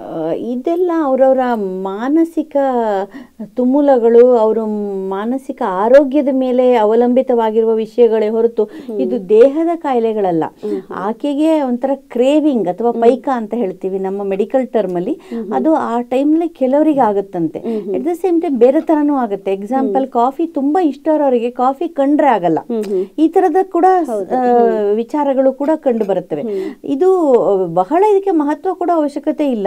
ಬಟ್ ಆಕೆಗೆ ನಾವು ಏನ್ ಹೇಳ್ಬೇಕು ಅಂದ್ರೆ, ನೀನು ಅದಕ್ಕೆ ಹತ್ತಿರವಾದಂತ ಆಹಾರ ತಗೋ. ಈಗ ಮಾವಿನಕಾಯಿ ತಗೊಂಡ್ರೆ ತಪ್ಪಲ್ಲ, ಒಳ್ಳೇದು ಆರೋಗ್ಯಕ್ಕೆ. ನಿಂಬೆಹಣ್ಣು ತಗೋ, ಮಾವಿನಕಾಯಿ ತಗೋ, ಇಂಥವೆಲ್ಲ ಮನುಷ್ಯರು ಸೇವಿಸುವಂತ ಆಹಾರ ತಗೋ ಹೊರತು ಗೋಡೆ ಸುಣ್ಣ ತಗೊಳ್ಳೋದು, ವಿಭೂತಿ ತಗೊಳ್ಳೋದು ಅಥವಾ ಮಣ್ಣು ತಿನ್ನೋದು ಅಂತ ಸರಿ ಅಲ್ಲದಂತ ವಿಚಾರಗಳನ್ನು ಮಾಡಕ್ ಹೋಗ್ಬೇಡ. ಜೊತೆಗೆ ಆರೋಗ್ಯ ಹಾಳಾಗತ್ತೆ. ಅದು ನಿಜಕ್ಕೂ ಹಾಗೆ ಅನ್ಸುತ್ತಾ ಅಥವಾ ಅದು ಹೇಗೆ? ನಾನು ಕಂಡ ಹಾಗೆ ಅದು ಅದ್ಭುತವಾಗಿ ಹೇಳ್ತಾರೆ ಸಿನಿಮಾದಲ್ಲಿ ತೋರಿಸುವಂತ ಸಿನಿಮೀಯವಾದಂತಹ ಸನ್ನಿವೇಶ ಹೊರತು ನಿಜವಾದ ಜೀವನದಲ್ಲಿ ಅಷ್ಟೊಂದು ವೇರಿಯೇಷನ್ಸ್ ಬರಲ್ಲ. ಸ್ವಲ್ಪ ವ್ಯತ್ಯಾಸ ಆಗುತ್ತೆ. ಎಕ್ಸಾಂಪಲ್, ಹಸಿವು ಜಾಸ್ತಿ ಇರೋರಿಗೆ ಹಸಿವು ಕಡಿಮೆ ಆಗ್ಬೋದು, ಅಥವಾ ಹಸಿವು ಇಲ್ದಿರೋರಿಗೆ ಪದೇ ಪದೇ ರಾತ್ರಿಲೂ ಎದ್ದು ಫ್ರಿಡ್ಜ್ ತಡ್ಕಾಡುವಂತ ಸಂದರ್ಭಗಳು ಬರ್ಬೋದು. ಹುಳಿ ತಿನ್ಬೇಕು ಅಂತ ಒಂಚೂರು ವ್ಯತ್ಯಾಸ 10-20% ವ್ಯತ್ಯಾಸ ಬರುತ್ತೆ ಹೊರತು ಎಕ್ಸ್ಟ್ರೀಮ್ಸ್ ಆಫ್ ಸಿಚುವೇಶನ್ ಮನುಷ್ಯರು ತಿನ್ನದೇ ಇರುವಂತದನ್ನೆಲ್ಲ ತಿನ್ನೋಣ ಅನ್ಸೋದು ಅವೆಲ್ಲ ಮಾನಸಿಕವಾದಂತಹ ವೈಪರೀತ್ಯಗಳೇ ಹೊರತು ಪ್ರೆಗ್ನೆನ್ಸಿಗೆ ನೇರವಾಗಿ ಸಂಬಂಧ ಇರುವಂತಹ ವಿಷಯಗಳು ಅಂತ ನಾನು ಅಂದ್ಕೊಳ್ಳೋದಿಲ್ಲ. ನಾವು ಯಾವ ಪೇಷಂಟ್ನು ಆ ತರ ಎಲ್ಲ ನಾವೇನು ಕಂಡಿಲ್ಲ. ಮತ್ತೆ ಈ ಗರ್ಭಿಣಿ ಆಗಿದ್ದಾಳೆ ಅಂದ್ರೆ ಅದು ಈ ಲಕ್ಷಣಗಳನ್ನ ಎದುರು ನೋಡ್ತಿರ್ತಾರೆ. ಅವಳಿಗೆ ತಲೆ ಸುತ್ತಿದ್ಯಾ, ವಾಮಿಟ್ ಸೆನ್ಸ್ ಇದೆಯಾ ಅಂತ ನೋಡ್ತಾರೆ. ಗರ್ಭಧಾರಣೆ ಆಯ್ತು ಅಂದಾಗ್ಲೇ ಏನೇ ಒಂದು ಬೇಳೆ ಬೇಯಿಸ್ತಿರೋ ಸ್ಮೆಲ್ ಬಂದ್ರು ನನ್ಗೆ ವಾಮಿಟ್ ಆಗ್ತಿದೆ, 2 ಹೆಜ್ಜೆ ಇಟ್ರು ತಲೆ ಸುತ್ತು ಬರ್ತಿದೆ ಅಂತ ಎಲ್ಲ ಹೇಳ್ತಾರೆ. ಇದೆಲ್ಲ ಹೇಗೆ ಮೇಡಮ್? ಹೌದು, ಇದೆಲ್ಲ ಕರೆಕ್ಟ್. ಇದು ಆಗುತ್ತೆ. ಇದು ಕ್ವೈಟ್ ನಾರ್ಮಲ್ ಆಲ್ಸೋ. ಅದು ಯಾಕಂದ್ರೆ ಬಾಡಿಯಲ್ಲಿ, ಆಕೆಯ ದೇಹದಲ್ಲಿ ಹಾರ್ಮೋನ್ ವ್ಯತ್ಯಾಸಗಳು ತುಂಬಾ ಆಗ್ತಾ ಇರುತ್ತೆ ಪ್ರೆಗ್ನೆನ್ಸಿನಲ್ಲಿ. ಒಂದು HCG ಅಂತ particular, it is N year marked hormone for pregnancy. ಅಂದ್ರೆ ಆ ಹಾರ್ಮೋನ್ ಇಂದಾನೇ ಇವೆಲ್ಲ ಚೇಂಜಸ್ ಆಗೋದು. ತಲೆ ಸುತ್ತು ಬರುತ್ತೆ, ಕೆಲವರಿಗೆ ನೀವು ಹೇಳಿದ ಹಾಗೆ ತುಂಬಾ ವಾಮಿಟಿಂಗ್, ಅಂದ್ರೆ ಒಂದು 15-20 ಸತಿ ಆಲ್ಮೋಸ್ಟ್ ಬಚ್ಚಲಲ್ಲೇ ಇರಬೇಕು. ಇನ್ ಕೆಲವರಿಗೆ ಆಲ್ ದ ಟೈಮ್ ಮೆಡಿಸಿನ್ಸ್ ತಗೊಂತಾನೆ ಇರಬೇಕು. ಸೊ ಆ ತರ ವಾಮಿಟಿಂಗ್ ಆಗುತ್ತೆ. ಕೆಲವರಿಗೆ ಸುಸ್ತು, ವಿಪರೀತ ಸುಸ್ತಾಗತ್ತೆ.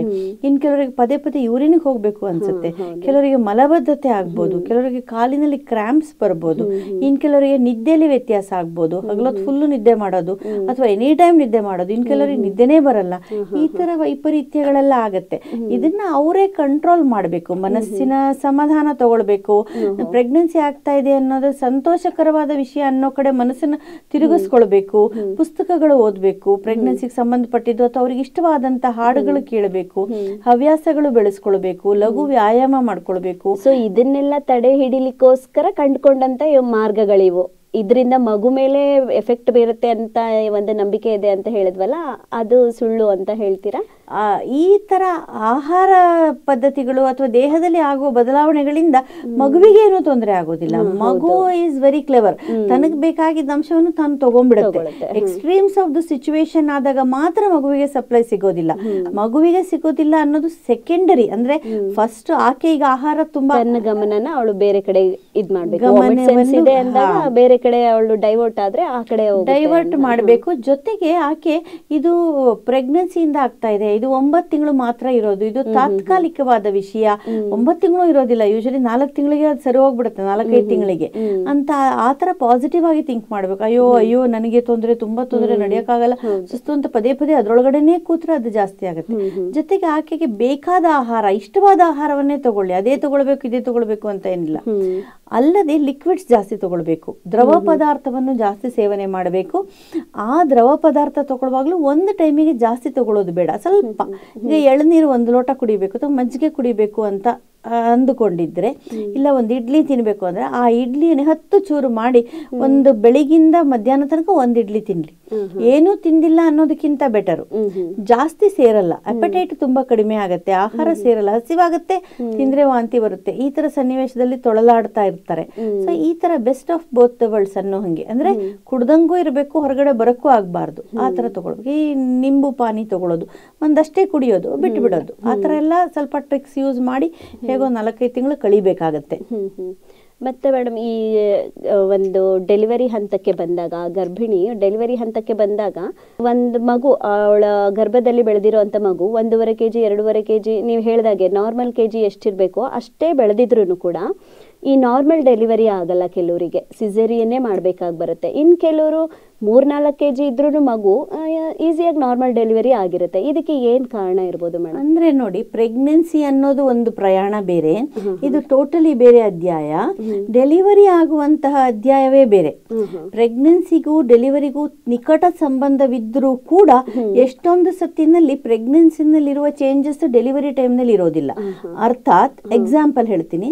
ಈಗ ಪ್ರೆಗ್ನೆನ್ಸಿನಲ್ಲಿ ನಾವು ಮಗು ಚೆನ್ನಾಗಿದ್ಯಾ, ತಾಯಿ ಚೆನ್ನಾಗಿದ್ಯಾ, ತೂಕ ಚೆನ್ನಾಗಿದ್ಯಾ, ಮಗು ಚೆನ್ನಾಗಿದ್ಯಾ, scanning, heart beat, sugar, BP ಇವೆಲ್ಲ ನೋಡ್ಕೊಳ್ತೀವಿ. ಡೆಲಿವರಿ ಟೈಮ್ ಅಲ್ಲಿ ನಮಗೆ ಅದು ಆಲ್ರೆಡಿ ನಮ್ಮ ಮನಸ್ಸಿನಲ್ಲಿ ಇದ್ದರೂ ಕೂಡ ನೆಕ್ಸ್ಟ್ ಹಂತವನ್ನು ಗಮನಿಸ್ತೀವಿ. ಏನು, ಆಕೆಗೆ ಹೆರಿಗೆ ನೋವು ಹೇಗೆ ಬರ್ತಿದೆ, ಹೆರಿಗೆ ನೋವು ಕರೆಕ್ಟ್ ಆಗಿ ನಮಗ್ ಬೇಕಾದ ಹಾಗೆ ಬರ್ತಿದ್ಯಾ, ಅವ್ರು ಹೇಳೋ ನೋವೇ ನಮಗ್ ನೋವಲ್ಲ ಅದು. ಯಾಕಂದ್ರೆ ಸಣ್ಣ ನೋವನ್ನು ಇತ್ತೀಚಿನ ಜನರು ಯಾವ ನೋವನ್ನು ತಡ್ಕೊಳ್ಳೋದಿಲ್ಲ. 9 ತಿಂಗಳಲ್ಲಿ ನಾರ್ಮಲ್ ಚೆಕಪ್ ಅಲ್ಲದೆ 9 ಸತಿ ಬರ್ತಾರೆ, ನೋವು ತುಂಬಾ ಜಾಸ್ತಿ ಅಂತ ಅಲ್ಲಿ ಏನೂ ಇರೋದಿಲ್ಲ. ಸೊ ಅದೇ ಹೆರಿಗೆ ನೋವಲ್ಲ, ನಮಗೆ ಹೆರಿಗೆಯ ನೋವು ನಮಗ್ ಬೇಕಾದ ಹಾಗೆ ಇಷ್ಟು ಕಂಟ್ರಾಕ್ಷನ್ಸು, ಅದಿಷ್ಟು ಸ್ಟ್ರಾಂಗ್ ಇರಬೇಕು, ಆ ತರ ಅದು ಬೇಕು. ಆ ಟೈಮ್ ನಲ್ಲಿ ಆಕೆ ದೇಹದಲ್ಲಿ ಪರಿವರ್ತನೆ ಆಗ್ಬೇಕು. ಅಂದ್ರೆ ಯುಟ್ರೈನ್ ಕಂಟ್ರಾಕ್ಷನ್ಸ್ ಬರೋದ್ರ ಜೊತೆ ಕೆಳಗಡೆ ಜಾಗ ಓಪನ್ ಆಗ್ಬೇಕು, ಮಗು ತಲೆ ತಿರುಗಿರ್ಬೇಕು, ಮಗು ತಲೆ ಕೆಳಗಡೆ ಇಳಿತಾ ಇರಬೇಕು, ಮಗು ಒಳಗಡೆ ಮೋಷನ್ ಮಾಡ್ಕೊಂಡಿರ್ಬಾರ್ದು, ಮಗು ಹಾರ್ಟ್ ಬೀಟ್ ಅದು ಮಾನಿಟರ್ ನಲ್ಲಿ ಹಾಕ್ಬಿಡ್ತೀವಿ, ಆಕೆನ ದೊಡ್ಡ ಮೆಷಿನ್ ಮೇಲೆ ಹಾಕಿರ್ತೀವಿ, ಅದ್ ನಮಗ್ ಕಾಣಿಸ್ತಾ ಇರುತ್ತೆ. ನಾವು ಬೇರೆ ಕಡೆ ಹೋದ್ರು ನಮಗ್ ಕೇಳಿಸ್ತಾ ಇರುತ್ತೆ, ನಮಗ್ ವಾಟ್ಸ್ಆಪ್ ಅಲ್ಲಿ ಬರುತ್ತೆ, ಅದು ಬಿಡಿ. ಸೊ ಒಟ್ಟಲ್ಲಿ shall be under continuous monitoring, ಅದನ್ನೆಲ್ಲ ನೋಡ್ಕೊಳ್ತಾ ಇರ್ತೀವಿ ನಾವು. ಸೊ ಇದು ಈ ಪ್ರಯಾಣವೂ ಸುಗಮವಾಗಬೇಕು. ಪ್ರೆಗ್ನೆನ್ಸಿ ಪ್ರಯಾಣ ಹೇಗೆ 9 ತಿಂಗಳ ತನಕ ಸುಗಮವಾಗಿ ಬಂತು, ಡೆಲಿವರಿಗೆ ಅಡ್ಮಿಟ್ ಆದಾಗಿನಿಂದ ಮಗು ಕೈಗೆ ಬರುವ ತನಕ ಆ ಪ್ರಯಾಣವೂ ಸುಗಮವಾಗಿದ್ದು, ಈಗ ನಾನು ಹೇಳಿದ ಯಾವುದೇ ಪಾಯಿಂಟಿನಲ್ಲಿಯೂ ಅಡಚಣೆ ಬರದೇ ಹೋದ್ರೆ ಆಕೆಗೆ ನಾರ್ಮಲ್ ಡೆಲಿವರಿ ಆಗುತ್ತೆ.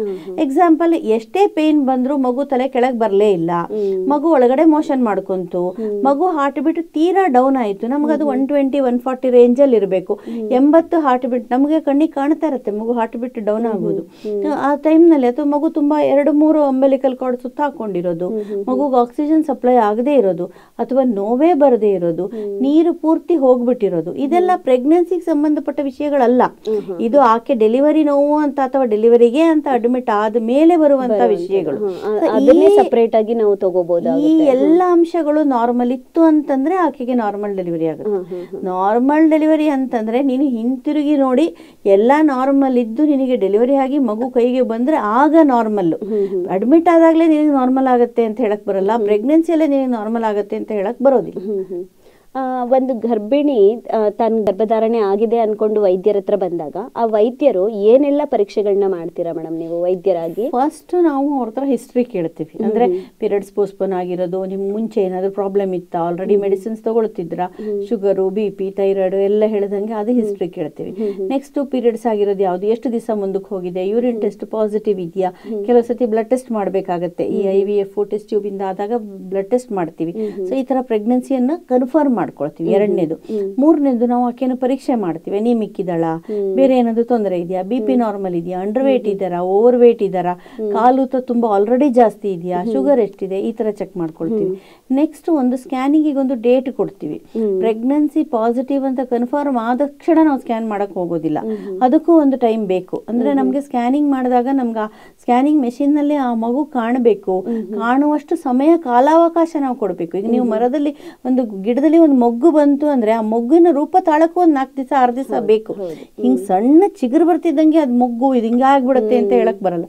ಅದೇ ತರ ಆಕೆಯ ಗರ್ಭದೊಳಗಡೆ ಇರೋ ಮಗುವಿನ ವಿವರವನ್ನು ನಾವು ತಿಳ್ಕೊಳ್ಬೇಕಂದ್ರೆ ಅದಕ್ಕೂ 1-2 ವಾರಗಳು ಬೇಕಾಗತ್ತೆ. ನಮಗೆ 2 ತಿಂಗಳ ಹತ್ರಕ್ಕೆ ಬಂದಾಗ ನಾವು ಸ್ಕ್ಯಾನಿಂಗ್ ಮಾಡ್ಕೊಳ್ತೀವಿ.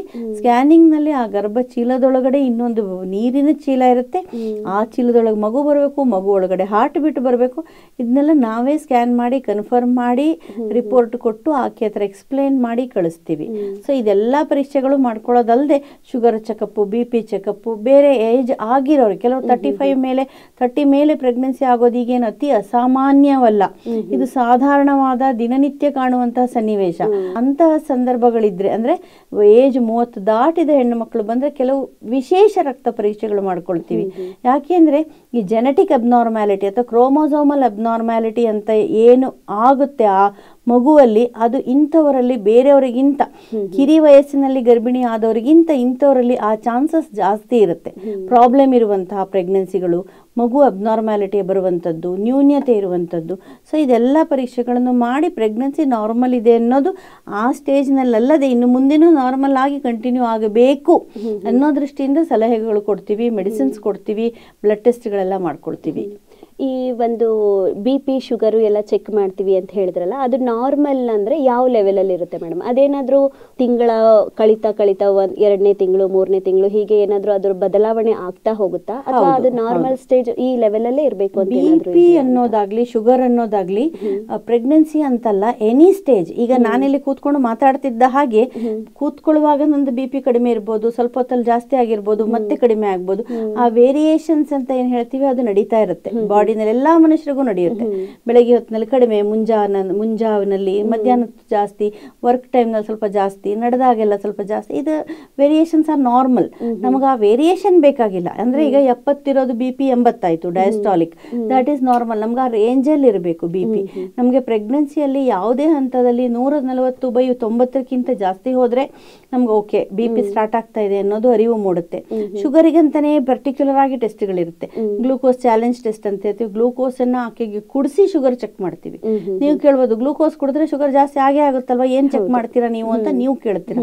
ಹಾಗಲ್ಲ, ಅದು ಗ್ಲೂಕೋಸ್ ಚಾಲೆಂಜ್ ಟೆಸ್ಟ್ ಅಂತಂದ್ರೆ ಗ್ಲೂಕೋಸ್ ಕೊಟ್ಟರು ದೇಹ ಅದನ್ನು ಕರಗಿಸ್ಕೊಳ್ಬೇಕು. ಗ್ಲೂಕೋಸ್ ಕೊಟ್ಟ ತಕ್ಷಣ ಶುಗರ್ ಜಾಸ್ತಿ ಆಗಬಾರ್ದು. ಸೊ ಅದಕ್ಕೆಲ್ಲ ಬೇರೆ ತರ ಟೆಸ್ಟ್ಗಳಿರುತ್ತೆ. ಸೊ ಆ ತರ ಟೆಸ್ಟ್ ಮಾಡಿದಾಗ ಅದು 140 ದಾಟಿರಬಾರ್ದು ಶುಗರಿನ ಅಂಶ. ಸೊ ಹೀಗೆ ನಾವು ಪ್ರತಿ ಹಂತದಲ್ಲಿ ಪ್ರೆಗ್ನೆನ್ಸಿಯನ್ನು ನಾವು 3 ಹಂತದಲ್ಲಿ ಕನ್ಸಿಡರ್ ಮಾಡ್ತೀವಿ. ಒಂಥರ ಸಮಗ್ರವಾಗಿ ಹೇಳಬೇಕು ಅಂತಂದ್ರೆ first trimester, second trimester, third trimester. ಅಂದ್ರೆ 9 ತಿಂಗಳನ್ನ ನೀವು ಆಡು ಭಾಷೆಯಲ್ಲಿ ಹೇಳ್ತೀರಾ ಅಂದ್ರೆ 3 ತಿಂಗಳು. ಪ್ರತಿ ಟ್ರೈಮೆಸ್ಟರ್ ಅಲ್ಲೂ ಕೂಡ ನಾವು ಇದೆಲ್ಲವನ್ನು ಪ್ರತಿ ವಿಸಿಟಲ್ಲೂ BP ನಾವು ಚೆಕ್ ಮಾಡ್ಕೊಳ್ತೀವಿ. ಶುಗರ್ನು ಕೂಡ ಪದೇ ಪದೇ ಚೆಕ್ ಮಾಡ್ಕೊತೀವಿ. ಎಷ್ಟೋ ಜನಕ್ಕೆ ಬಿಗಿನಿಂಗ್ ಅಲ್ಲಿ ಇರಲ್ಲ, 26 ವಾರ 28 ವಾರ ಅಂದ್ರೆ 7 months ದಾಟಿದ ಮೇಲೆ ನಾವು ವಾರ ಲೆಕ್ಕದಲ್ಲಿ ಮಾತಾಡೋದು. 40 ವಾರ = ಟರ್ಮ್ ಪ್ರೆಗ್ನೆನ್ಸಿ. ಸೊ ಹಾಗೆ 28 ವಾರ ಕಳೆದ್ಮೇಲೆ ಶುಗರ್ ಬರೋದು, 26 ವಾರ ಕಳೆದ್ಮೇಲೆ. ಸೊ ನಮ್ಗೆ ಅದು ಕಾಕದೃಷ್ಟಿಯಿಂದ ನಾವು ನೋಡ್ಬೇಕಾಗತ್ತೆ, ಶುಗರ್ ಇದೆಯಾ BP ಇದೆಯಾ. ಯಾಕಂದ್ರೆ ಅದೇನು ಕಣ್ಣಿಗೆ ಹಡೆ ಪಟ್ಟಿ ಹಾಕೊಂಡು ಶುಗರ್ BP ಇದೆ ಅಂತ ಯಾರು ಓಡಾಡ್ತಾ ಇರಲ್ಲ. ನಾವು ಅವ್ರ ಚೆಕಪ್ಗೆ ಬಂದಾಗ ಎಕ್ಸ್ಟ್ರಾಕ್ಟ್ ಮಾಡಬೇಕಾಗತ್ತೆ, ಹುಡುಕಿ ತೆಗಿಬೇಕಾಗತ್ತೆ ಈ ಅಂಶಗಳನ್ನ. ಯಾಕಂದ್ರೆ ಶುಗರ್ ಇದ್ರೇನೆ ಪ್ರಾಬ್ಲಮ್ಸ್ಗಳೇ ಬೇರೆ, ಟ್ರೀಟ್ಮೆಂಟೇ ಬೇರೆ, ಅದಕ್ಕೆ ಸ್ಕ್ಯಾನ್ಗಳೇ ಬೇರೆ, BP ಇದ್ರೆ ಬೇರೆ, ಕಾಂಪ್ಲಿಕೇಶನ್ಸ್ ಆಗೋ ಚಾನ್ಸಸ್ಸೇ ಬೇರೆ, ಎಲ್ಲ ಹಾದಿನೇ ಬೇರೆ ಆಗ್ಬಿಡತ್ತೆ. ಹೌದು. ಹಾಗೆ ಸ್ಕ್ಯಾನಿಂಗ್ ಮೇಡಮ್, ಸ್ಕ್ಯಾನಿಂಗ್ನು ಹೀಗೆ ಟ್ರೈಮಿಸ್ಟರ್ ಅಂತ ಏನು ಹೇಳಿದ್ರಿ, ಹಾಗೆ 3 ತಿಂಗಳಿಗೊಮ್ಮೆನೇ ಮಾಡ್ತೀರಾ ಅಥವಾ ಇಂಥ ಒಂದು ತಿಂಗಳಲ್ಲೇನೆ ಆ ಸ್ಕ್ಯಾನಿಂಗ್ ಮಾಡಬೇಕು ಅಂತ ಏನಾದರೂ ಇದೆಯಾ, ಅಥವಾ ಸ್ಕ್ಯಾನಿಂಗ್ ಮಾಡೋದ್ರ ಉದ್ದೇಶ ಏನು, ಅದರಿಂದ ಆಗೋ ಉಪಯೋಗಗಳೇನು ಮೇಡಮ್? ಕೆಲವರು ಗರ್ಭದಲ್ಲಿರೋ ಅಂತ ಮಗುವಿನ ಲಿಂಗ ಪತ್ತೆ ಹಚ್ಚಲಿಕ್ಕೆ ಸ್ಕ್ಯಾನಿಂಗ್ ಮಾಡ್ತಾರೆ ಅನ್ನೋ ಒಂದು ಕಲ್ಪನೆಯಲ್ಲೂ ಕೂಡ ಇರ್ತಾರೆ. ಈ ಸ್ಕ್ಯಾನಿಂಗ್ ಬಗ್ಗೆ ಏನು ಹೇಳಲಿಕ್ಕೆ ಇಷ್ಟಪಡ್ತೀರಾ ಮೇಡಮ್? ಲಿಂಗ ಪತ್ತೆ ಮಾಡುವಂಥದ್ದು ಅತ್ಯಂತ ಶಿಕ್ಷಾರ್ಹ ಅಪರಾಧ. ಹೌದು.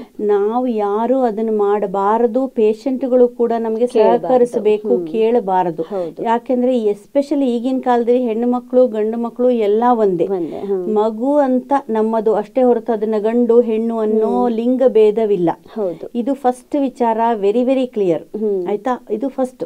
ಸ್ಕ್ಯಾನಿಂಗ್ ಮಾಡೋ ಉದ್ದೇಶ ಮಗುವಿನ ಲಿಂಗ ಪತ್ತೆ ಹಚ್ಚಲಿಕ್ಕೆ ಅಲ್ವೇ ಅಲ್ಲ.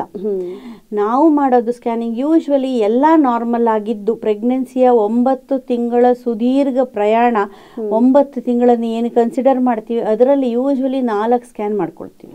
ಫಸ್ಟ್ ಆಫ್ ಆಲ್ ಎಲ್ಲ ವೀಕ್ಷಕರಿಗೂ ನಾನು ಏನು ಹೇಳಲಿಕ್ಕೆ ಇಷ್ಟಪಡ್ತೀನಿ ಅಂದರೆ, ಸ್ಕ್ಯಾನಿಂಗ್ ಮಾಡಿದಾಕ್ಷಣ ಮಗುವಿಗೆ ತೊಂದರೆ ಆಗುತ್ತೆ ಅಂತ ತಿಳ್ಕೊಳ್ಬೇಡಿ. It is not like x ray.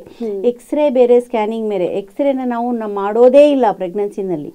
99.9% ಜನಕ್ಕೆ ನಾವು ಎಕ್ಸ್ರೇ ಮಾಡೋದಿಲ್ಲ.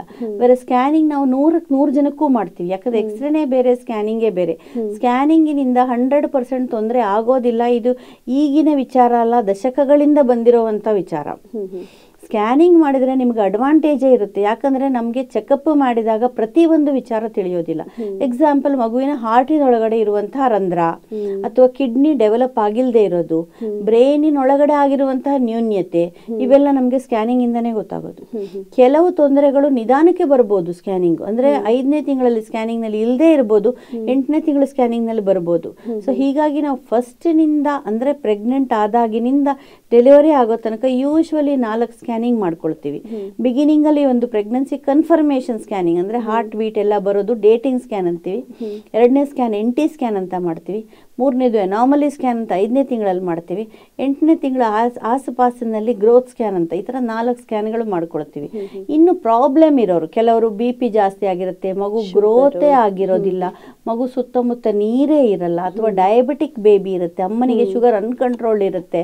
ಸೊ ಅಂಥವರಲ್ಲಿ, ಅಥವಾ ಟ್ವಿನ್ಸ್ ಮಕ್ಕಳಿದ್ದಾಗ, ಆ ಥರ ಎಲ್ಲ ಇದ್ದ ಕೆಲವು ರಿಸ್ಕ್ ಇರುವಂತಹ ಪ್ರೆಗ್ನೆನ್ಸಿ, ಅಂದ್ರೆ ಎಲ್ಲ ಪ್ರೆಗ್ನೆನ್ಸಿನೂ ಅತ್ಯಮೂಲ್ಯ, ಅದರಲ್ಲೂ ಇನ್ನೂ ಒಂಥರ ರಿಸ್ಕ್ ಜಾಸ್ತಿ ಇರುವಂತಹ ಅತ್ಯಮೂಲ್ಯ ಪ್ರೆಗ್ನೆನ್ಸಿಗಳೇನಿರುತ್ತವೆ ಅಂತ ಸಂದರ್ಭದಲ್ಲಿ 1-2 ಸ್ಕ್ಯಾನಿಂಗ್ಗಳು ಜಾಸ್ತಿ ಬೇಕಾಗಬಹುದು. ಇನ್ನೂ ವಿವರವಾಗಿ ಮಗುವಿನ ಬಗ್ಗೆ ನಮಗೆ ತಿಳಿಯೋದಕ್ಕೋಸ್ಕರ ಕೆಲವು ಸತಿ ಡಾಪ್ಲರ್ ಟೆಸ್ಟ್ ಅಂತ ಮಾಡ್ತೀವಿ. ಅಂದ್ರೆ ಮಗುವಿಗೆ ಬ್ಲಡ್ ಸರ್ಕ್ಯುಲೇಷನ್ ಹೇಗೆ ಹೋಗ್ತಿದೆ, 108 ಇದೆ ಅದರಲ್ಲಿ ಮಾಡ್ಕೊಳ್ಳುವಂಥದ್ದು. ಬಟ್ ಯೂಶ್ವಲಿ ಮಾಡುವಂಥದ್ದು 4 ಸ್ಕ್ಯಾನು. 1ನೇ ವಿಚಾರ, 2ನೇ ವಿಚಾರ, ಸ್ಕ್ಯಾನಿಂಗ್ ಇಂದ ನಿಮ್ಗೆ ಅಡ್ವಾಂಟೇಜ್ ಇದೆ ಹೊರತು ತೊಂದರೆ ಏನೂ ಇಲ್ಲ ನಿಮ್ಗೆ. ಮತ್ತೆ ಗರ್ಭಿಣಿಯವರು ವೈದ್ಯರ ಹತ್ರ ಬಂದಾಗ ಹಲವಾರು ಟೆಸ್ಟ್ಗಳನ್ನೆಲ್ಲ ಮಾಡ್ತಾರೆ ಅಂತ ಹೇಳಿದ್ರಿ. ಕೆಲವು ಕಡೆ ನಾನು ಕೇಳಿದಾಗೆ, ಹಳ್ಳಿಗಳ ಕಡೆ ಕೆಲವು ಜನಗಳು ಮಾತಾಡಿದ್ದನ್ನ ನಾನು ಕೇಳಿರೋ ಹಾಗೆ, ಜನನಾಂಗದೊಳಗಡೆ ಕೈ ಹಾಕ್ಬಿಟ್ಟು ವೈದ್ಯರು ಪರೀಕ್ಷೆ ಮಾಡಿದಾಗ ರಕ್ತಸ್ರಾವ ಆಗಿ ಮಗುಗೆ ತೊಂದರೆ ಆಗಿದ್ದುಂಟು, ಗರ್ಭಿಣಿಗೆ ತೊಂದರೆ ಆಗಿದ್ದುಂಟು. ಈ ರೀತಿ ಒಂದು ನಂಬಿಕೆ ಇದೆ ಹಳ್ಳಿ ಜನರಿಗೆ. ಫಸ್ಟ್ ಆಫ್ ಆಲ್ ಹಳ್ಳಿ ಜನರಾಗ್ಲಿ ಮತ್ತೊಬ್ಬರಾಗ್ಲಿ ನುರಿತ ವೈದ್ಯರ ಹತ್ರನೇ ಹೋಗ್ಬೇಕು. ಅವರು ದಾದಿಯರ ಹತ್ರ ಡೆಲಿವರಿ ಮಾಡಿಸ್ಕೊಳ್ಳೋದು, ಗ್ಲೌ ಹಾಕೊಳ್ಳದೆ, ಅದು ಸ್ಟೆರೈಲ್ ಆಗಿಲ್ದಿರೋವಂತಹ ಕೈಗಳು, ಅನ್ಸ್ಟೆರೈಲ್ ಗ್ಲೌಸ್ ಇಂದ ಅಬಾರ್ಷನ್ ಮಾಡಿಸ್ಕೊಳ್ಳೋದು, ಡೆಲಿವರಿ ಮಾಡಿಸ್ಕೊಳ್ಳೋದು ಅತ್ಯಂತ ದೊಡ್ಡ ತಪ್ಪು. 2ನೇದು, ಬ್ಲೀಡಿಂಗು ಜಾಸ್ತಿ ಆಗೋದಕ್ಕೂ ಏನಾದ್ರು ತೊಂದರೆ ಇದ್ರೆ ಅದು ಬ್ಲೀಡಿಂಗ್ ಜಾಸ್ತಿ ಆಗುತ್ತೆ. ಎಕ್ಸಾಂಪಲ್ ಪ್ಲಸೆಂಟಾ ಅಂತೀವಿ, ಅದು ಕೆಳಗಡೆ ಇತ್ತು, ಮಾಸು ಅಂದ್ರೆ ಪ್ಲಸೆಂಟಾ ಅನ್ನೋದು ಮಗುವಿಗೆ ಪೋಷಕಾಂಶವನ್ನು ನೀಡುವಂತಹ ಒಂದು ಅಂಗ, ಅದು ಕೆಳಗಡೆ ಇತ್ತು. ಅದು ನಾವು ನುರಿತ ವೈದ್ಯರ ಹತ್ರ ಬಂದ್ರೆ ಏನಾಗುತ್ತೆ, ಅವ್ರು ಸ್ಕ್ಯಾನಿಂಗ್ ಮಾಡಿ ಪ್ಲಸೆಂಟಾ ಕೆಳಗಡೆ ಇದೆ ಅನ್ನೋದನ್ನ ಚೆಕ್ ಮಾಡ್ಕೊಳ್ತಾರೆ. ಸೊ ಅದನ್ನೆಲ್ಲ ಪ್ರೆಗ್ನೆನ್ಸಿಯಲ್ಲೇ ಅದು ಡಿಸೈಡ್ ಆಗಿ ಹೋಗ್ಬಿಡತ್ತೆ. ಸೊ ಈ ಥರ ಸನ್ನಿವೇಶಗಳೆಲ್ಲ ಯೂಶ್ವಲಿ ಬರೋದೇ ಇಲ್ಲ. ಈ ನುರಿತ ವೈದ್ಯರ ಹತ್ರ ಹೋಗಲ್ಲ, ಸ್ಕ್ಯಾನಿಂಗ್ ಮಾಡಿಸ್ಕೊಳ್ಳಲ್ಲ, ಎಲ್ಲೋ ಹಳ್ಳಿಗಾಡಿನಲ್ಲಿ ಡೆಲಿವರಿ ಮಾಡ್ಕೊಳ್ಳೋದು, ಯಾವುದಕ್ಕೂ ಪ್ರಿಪೇರ್ ಆಗಿಲ್ಲ, ಈ ಥರದ್ದೆಲ್ಲ ಮಾಡಿಕೊಂಡ್ರೆ ಪೇಷಂಟ್ಗಳು ತೊಂದರೆ ಅನುಭವಿಸ್ಲೇಬೇಕಾಗತ್ತೆ. ಹೌದು. ಮತ್ತೆ ಮೇಡಮ್, ನೀವು ಟ್ರೈಮೆಸ್ಟರ್ ಅಂತ ಏನು ಹೇಳಿದ್ರಿ, 3 ಹಂತದಲ್ಲಿ ನಾವು ಪರೀಕ್ಷೆಗಳನ್ನ ನಡೆಸ್ತಾ ಹೋಗ್ತೀವಿ ಅಂತ.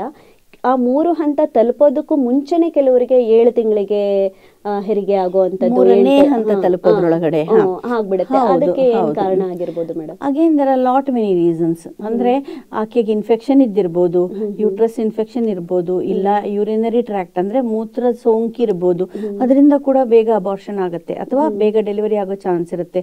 ಮಗು ಅಬ್ನಾರ್ಮಲ್ ಇರ್ಬೋದು, ಮಗು ಸುತ್ತ ನೀರು ಜಾಸ್ತಿ ಇರಬಹುದು, ಅಥವಾ ಟ್ವಿನ್ಸ್ ಬೇಬಿ ಇರ್ಬೋದು. ಎಷ್ಟೊಂದ್ ಸತಿ ಏನು ಕಾರಣನೇ ಇರೋದಿಲ್ಲ.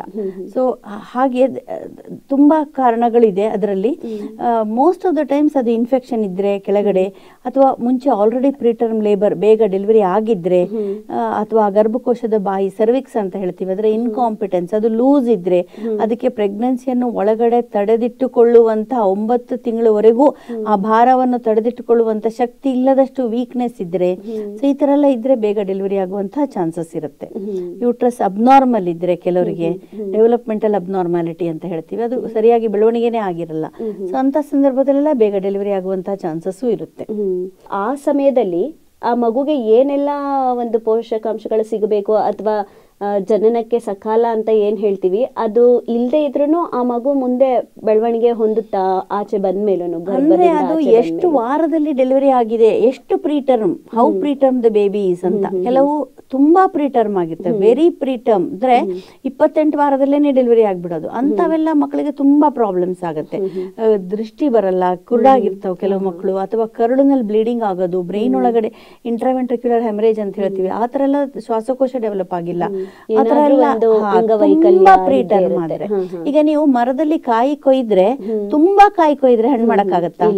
ಸುಮಾರಾಗಿ ಒಂಥರ ಬಿಳಿ ಬಣ್ಣ ಹಳದಿ ಬಣ್ಣ ಟಚ್ ಆಗ್ತಾ ಇದೆ ಅಂತ ನೀವು ಕೊಯ್ದ್ರೆ, ಆಮೇಲೆ ಅಕ್ಕಿ ಒಳಗಡೆ ಇಟ್ಟು ಏನೋ ಇಟ್ಟು ನೀವು ಡೆವಲಪ್ ಮಾಡ್ಬೋದು. ಹಾಗೆ ಈ ಮಗು ಹುಟ್ಟೋದು ಅಷ್ಟೇ, ತುಂಬಾ ಬೇಗ ಡೆಲಿವರಿ ಆಗ್ಬಿಟ್ರೆ, ತುಂಬಾ ಅರ್ಲಿ ಸ್ಟೇಜ್ ಅಲ್ಲಿ ಅದನ್ನ ಡೆವಲಪ್ ಮಾಡೋದು ತುಂಬಾ ಕಷ್ಟ ಆಗುತ್ತೆ. ನಂತರ ಸ್ವಲ್ಪ 32 ವೀಕ್ಸ್ 34 ವೀಕ್ಸ್ ಈ ತರ ಆಯ್ತು ಅಂತಂದ್ರೆ, ಆಮೇಲೆ ವೈದ್ಯಕೀಯ ಸಹಾಯದಿಂದ ಈಗ ತುಂಬಾ ಪ್ರೀಟರ್ಮ್ ಬೇಬಿಗಳನ್ನು ತಗೊಳ್ತೀವಿ. ಲೈಕ್ 600 ಗ್ರಾಮ್ಸ್ 800 ಗ್ರಾಮ್ಸ್ ಬೇಬಿನೂ ಎಷ್ಟೋ ಸತಿ ಉಳಿಸ್ತೀವಿ ನಾವು. ಅಂದ್ರೆ ವೈದ್ಯಕೀಯ ಸೌಲಭ್ಯಗಳು ಮುಂದುವರೆದ ಹಾಗೆ, ಆವಿಷ್ಕಾರಗಳು ಜಾಸ್ತಿ ಆದ ಹಾಗೆ ಪೇಷಂಟಿನ ನೆರವಿಗೂ ಅದು ಸಹ ನೆರವಾಗುತ್ತೆ. ಅಂತಹ ತುಂಬಾ ಪ್ರೀಟರ್ಮ್ ಮಕ್ಕಳನ್ನ, ಅರ್ಲಿ ಪ್ರೀಟರ್ಮ್ ಮಕ್ಕಳನ್ನು ಕೂಡ ಬದುಕಿಸ್ತೀವಿ. ಒಳ್ಳೆ ಉತ್ತಮವಾದ ಮಾಹಿತಿಗಳನ್ನ ತಿಳಿಸ್ಕೊಟ್ರಿ ಮೇಡಮ್. ಈ ಗರ್ಭಿಣಿಯರು ಹೇಗೆಲ್ಲ ಇರಬೇಕು ಅನ್ನೋ ಒಂದು ಮಾಹಿತಿ, ನಿಜಕ್ಕೂ ಅವಶ್ಯಕವಾದಂತಹ ಒಂದು ಮಾಹಿತಿನ ತಿಳಿಸ್ಕೊಟ್ರಿ. ಕೊನೆಯದಾಗಿ ಈ ಗರ್ಭಿಣಿ ಸ್ತ್ರೀಯರೇನಾದರೂ ಹಳ್ಳಿ ಕಡೆ ಇದ್ರೆ ಅಥವಾ ನಗರ ಪ್ರದೇಶದಲ್ಲಿದ್ರೆ, ಅವರೆಲ್ರಿಗೂ, ಗರ್ಭಿಣಿಯರಿಗೆ ಅಂತಾನೆ ವಿಶೇಷವಾಗಿ ಏನ್ ಕಿವಿ ಮಾತು ಹೇಳಲಿಕ್ಕೆ ಇಷ್ಟಪಡ್ತೀರಾ? 2 ವಿಚಾರ ಹೇಳಲು ಇಷ್ಟಪಡ್ತೀನಿ. ಒಂದು, ನೀವು ಸೌಲಭ್ಯ ಇರೋ ಕಡೆನೆ ಚೆಕಪ್ಪಿಗೆ ಡೆಲಿವರಿಗೆ ಹೋಗ್ಬೇಕು. Pregnancy checkup and delivery. ಅಮ್ಮನ ಮನೆ ಅನ್ನೋ ವ್ಯಾಮೋಹದಿಂದ ಹಳ್ಳಿಗಾಡಿನಲ್ಲೇ ಡೆಲಿವರಿ ಮಾಡಿಸ್ಕೊಳ್ಳೋದಲ್ಲ. ಹೆರಿಗೆ ನೋವು ಬಂದ್ಮೇಲೆ ಆಸ್ಪತ್ರೆಗೆ ಸೇರ್ಲಿಕ್ಕೆ 3 ಅವರ್ ಆಗುತ್ತೆ, 4 ಅವರ್ ಆಗುತ್ತೆ, ದಾರಿನಲ್ಲಿ ಹಳ್ಳ ಕೊಳ್ಳ ದಾಟಿ ಹೋಗ್ಬೇಕು, ಮಳೆ ಬಂತು, ಸೇತುವೆ ಬಿದ್ದೋಯ್ತು ಅಂತ ಜಾಗಕ್ಕೆ ನೀವು ಹೋಗೋ ಹಾಗಿಲ್ಲ. ವೈದ್ಯಕೀಯ ಸೌಲಭ್ಯ, ಯಾಕಂದ್ರೆ ಇದು ಎನಿ ಟೈಮ್ ಎಮರ್ಜೆನ್ಸಿ ಕ್ರಿಯೇಟ್ ಆಗ್ಬೋದು, ಅಂತ ಜಾಗದಲ್ಲಿ ನೀವು ಡೆಲಿವರಿಗೆ ಹೋಗ್ಬೇಕಾಗತ್ತೆ. ಪ್ರೆಗ್ನೆನ್ಸಿನಲ್ಲಿ ನೀವು ಅಥವಾ ಡೆಲಿವರಿಗೆ ಆಗಲಿ, ನಿಮ್ಗೆ ಯಾರ ಡಾಕ್ಟ್ರ್ ಮೇಲೆ ನಂಬಿಕೆ ಇದೆ ಆ ಡಾಕ್ಟ್ರ್ ಹತ್ರ ತೋರಿಸ್ಕೊಂಡು ಅವರ ಸಲಹೆಗಳನ್ನು ನೀವು ಕೇಳಿ. 2ನೇ ವಿಚಾರ. 3ನೇ ವಿಚಾರ, ಪ್ರೆಗ್ನೆನ್ಸಿ ಅನ್ನೋದು ಆಗಲೇ ಹೇಳಿದ ಹಾಗೆ ಅಬ್ನಾರ್ಮಲ್ ವಿಚಾರ ಅಲ್ಲ, ಅದನ್ನು ವೈಭವೀಕರಿಸಬೇಡಿ. ಪ್ರೆಗ್ನೆನ್ಸಿ ಅಂದಾಕ್ಷಣ ಮಲಗೇ ಇರೋದು, ತುಂಬ ಬೇರೆಯವರಿಂದ ಸಹಾಯ ಪಡೆಯೋದು, ತುಂಬ ತೊಂದರೆಯನ್ನು ತೋರಿಸ್ಕೊಳ್ಳೋದು, 9 ತಿಂಗಳಲ್ಲಿ ಸುಮಾರು ಸತಿ ನೋವು ಅಂತ ಚೆಕಪ್ಗೆ ಹೋಗೋದು, ಅದರಿಂದ ಏನಾಗುತ್ತೆ, ಅನಾವಶ್ಯಕ ತಪಾಸಣೆಗಳು, ಅನಾವಶ್ಯಕ ಸ್ಕ್ಯಾನ್ಗಳು, ಅನಾವಶ್ಯಕ ಮೆಡಿಸಿನ್ಗಳು ನಿಮಗೆ ಜಾಸ್ತಿ ಆಗುತ್ತೆ, ಮಗುವಿಗೆ ತೊಂದರೆ ನೀವೇ ಮಾಡ್ಕೊಳ್ತೀರಾ. ಎಷ್ಟೊಂದು ವಿಚಾರಗಳು ನಾರ್ಮಲ್ಲೇ ಆಗಿರ್ತವೆ, ಅದನ್ನು ನೀವು ವೈಭವೀಕರಿಸಕ್ಕೆ ಹೋಗಬೇಡಿ. ಎಲ್ಲರೂ ಇದ್ದ ಹಾಗೆ ಇದ್ದರೆ ಪ್ರೆಗ್ನೆನ್ಸಿನಲ್ಲಿ ಏನೂ ತೊಂದರೆ ಆಗಲ್ಲ. ಜೊತೆಗೆ ನೀವು ಡಾಕ್ಟರ್ ಹತ್ರ ರೆಗ್ಯುಲರ್ ಚೆಕಪ್ ಹೋದಾಗ ತೊಂದರೆ ಇದ್ದರೆ ಅವರೇ ಹೇಳ್ತಾರೆ ನಿಮಗೆ, ನೀನು ಬೇರೆಯವ್ರ ಥರ ತಿಂಗಳಿಗೊಮ್ಮೆ ಬರೋದಲ್ಲ, ನಿನಗೆ ಬಿ ಪಿ ಜಾಸ್ತಿ ಇದೆ, ಬಿ ಪಿ ಕಂಟ್ರೋಲ್ ಆಗೋ ಹಾಗೆ ಮಾತ್ರೆ ಹಾಕಿದ್ದೀನಿ, ಶುಗರ್ ಕಂಟ್ರೋಲ್ ಆಗೋ ಹಾಗೆ ನಾನು ಇನ್ಸುಲಿನ್ನೋ ಮಾತ್ರೆ ಹಾಕಿದ್ದೀನಿ, ನೀನು ಬೇಗ ಬರಬೇಕಾಗತ್ತೆ ಅಂತ ಡಾಕ್ಟ್ರ್ ಹೇಳ್ತಾರೆ. ಇಷ್ಟು ವಾರಕ್ಕೆ ಸ್ಕ್ಯಾನಿಂಗ್ ಮಾಡಬೇಕಾಗತ್ತೆ, ನಿನಗೆ ಬೇರೆಯವ್ರಿಗಿಂತ ಜಾಸ್ತಿ ಸ್ಕ್ಯಾನಿಂಗ್ ಬೇಕು, ಏನಾದರೂ ಪ್ರಾಬ್ಲಮ್ ಇದ್ದರೆ ಅವರೇ ಹೇಳ್ತಾರೆ. ಸೊ ಅವರ ಮಾರ್ಗದರ್ಶನದಲ್ಲಿ ನೀವು ನಡೆದ್ರೆ ನಿಮಗೆ ತೊಂದರೆ ಏನೂ ಆಗೋದಿಲ್ಲ. ಪ್ರೆಗ್ನೆನ್ಸಿ ಅಂದಾಕ್ಷಣ ಎಲ್ಲರೂ ಕೈ ಹಿಡ್ಕೊಂಡ್ಬರೋದು ಅವಶ್ಯಕತೆ ಇಲ್ಲ. ನಾರ್ಮಲ್ ಆಗಿ ನೀನು ನಡ್ಕೊಂಡು ಬಾ, ಎಲ್ಲವನ್ನೂ ನೀನು ಬೇರೆಯವರು ತುಂಬಾ ಸಹಾಯ ಪಡೆಯುವಂತ, ಸಾಮಾನ್ಯವಾಗಿ ಎಲ್ಲರಲ್ಲೂ ಒಂದಾಗಿರು ಅನ್ನೋ ತರ ಇದ್ರೆ ಏನೂ ಆಗೋದಿಲ್ಲ. ಒಳ್ಳೆಯ ಅತ್ಯುತ್ತಮ ಮಾಹಿತಿಯನ್ನು ತಿಳಿಸ್ಕೊಟ್ರಿ ಮೇಡಮ್. ಡಾಕ್ಟರ್ ಅಂದರೆ ಒಂದು ಜೀವನ ಉಳಿಸೋ ಅಂತ ದೇವರಿದ್ದ ಹಾಗೆ, ಅಂಥದ್ರಲ್ಲಿ ನಮ್ಮ ಇವತ್ತಿನ ಚರ್ಚಾ ವಿಷಯ 2 ಜೀವಗಳನ್ನು ಉಳಿಸೋ ಅಂಥದ್ರ ಬಗ್ಗೆ ನಾವು ಮಾತಾಡಿದ್ದೀವಿ. ಅತ್ಯುತ್ತಮವಾದ ಮಾಹಿತಿಯನ್ನು ನಮ್ಮ ಎಲ್ಲ ವೀಕ್ಷಕರಿಗೂ ತಿಳಿಸ್ಕೊಟ್ಟಿದ್ದೀರಾ. ನಮ್ಮ ಮುಂದಿನ ಸಂಚಿಕೆಯಲ್ಲಿ ಇನ್ನೂ ಹೆಚ್ಚು ಆರೋಗ್ಯದ ಬಗ್ಗೆ ಹೆಚ್ಚು ಮಾಹಿತಿಯನ್ನು ತಿಳಿಸ್ಕೊಡ್ಲಿ ಅಂತ ನಿಮ್ಮನ್ನು ಕೇಳ್ಕೊಳ್ತಾ ಇಲ್ಲಿಗೆ ಈ ಕಾರ್ಯಕ್ರಮವನ್ನು ಮುಗಿಸೋಣ. ಅತ್ಯುತ್ತಮವಾದ ಮಾಹಿತಿಯನ್ನು ತಿಳಿಸ್ಕೊಟ್ಟಂತಹ ನಿಮಗೆ ಹೃತ್ಪೂರ್ವಕ ಧನ್ಯವಾದಗಳನ್ನು ಅರ್ಪಿಸ್ತೀನಿ ಮೇಡಮ್. ನನಗೆ ಇಲ್ಲಿ ಮಾತನಾಡೋಕ್ಕೆ ಅವಕಾಶ ಕೊಟ್ಟಿದ್ದಕ್ಕೆ ನಿಮಗೂ ಧನ್ಯವಾದಗಳು. Thank you madam. ನೋಡಿದ್ರಲ್ಲ ವೀಕ್ಷಕರೇ, ಇದುವರೆಗೂ ಆರೋಗ್ಯ ಆಧ್ಯಾತ್ಮ ಕಾರ್ಯಕ್ರಮದಲ್ಲಿ ಒಂದು ಜೀವನ ಉಳಿಸೋವಂಥದ್ದು ವೈದ್ಯರ ವೃತ್ತಿ. ಅಂಥದ್ರಲ್ಲಿ 2 ಜೀವಗಳನ್ನು ಉಳಿಸೋವಂಥದ್ದು, ಗರ್ಭಿಣಿ ಮತ್ತು ಗರ್ಭಿಣಿಯ ಗರ್ಭದಲ್ಲಿರುವಂಥ ಶಿಶು, ಆ 2 ಜೀವಗಳನ್ನು ಉಳಿಸುವಂಥ ನಿಟ್ಟಿನಲ್ಲಿ ನಾವು ಏನೆಲ್ಲ ಮುಂಜಾಗ್ರತೆ ವಹಿಸಬೇಕು, ನಾವು ಏನೆಲ್ಲ ವೈದ್ಯರ ಸಲಹೆಗಳನ್ನು ಪಾಲಿಸಬೇಕು ಅನ್ನೋದ್ರ ಬಗ್ಗೆ ಶ್ರೀಮತಿ ಡಾಕ್ಟರ್ ರೇಖಾ ರಾಜೇಂದ್ರ ಕುಮಾರ್ ಅವರು ಮಾಹಿತಿಯನ್ನು ತಿಳಿಸ್ಕೊಟ್ಟಿದ್ದಾರೆ. ನಿಮ್ಗೆಲ್ರಿಗೂ ಈ ಒಂದು ಕಾರ್ಯಕ್ರಮ ಅನುಕೂಲಕರವಾಗಿದೆ, ಹಾಗೆ ಹೆಚ್ಚು ಮಾಹಿತಿ ನಿಮಗೆ ಲಭಿಸಿದೆ ಅಂತ ಹೇಳ್ತಾ ಇಂದಿನ ಈ ಕಾರ್ಯಕ್ರಮವನ್ನು ಮುಗಿಸ್ತಾ ಇದ್ದೀವಿ. ನಿರಂತರವಾಗಿ ನೋಡ್ತಾ ಇರಿ ಶ್ರೀ ಬಸವ ಟಿವಿ. ಇದು ಸಂಸ್ಕಾರದ ಬೆಳಕು. ಶರಣು ಶರಣಾರ್ಥಿ.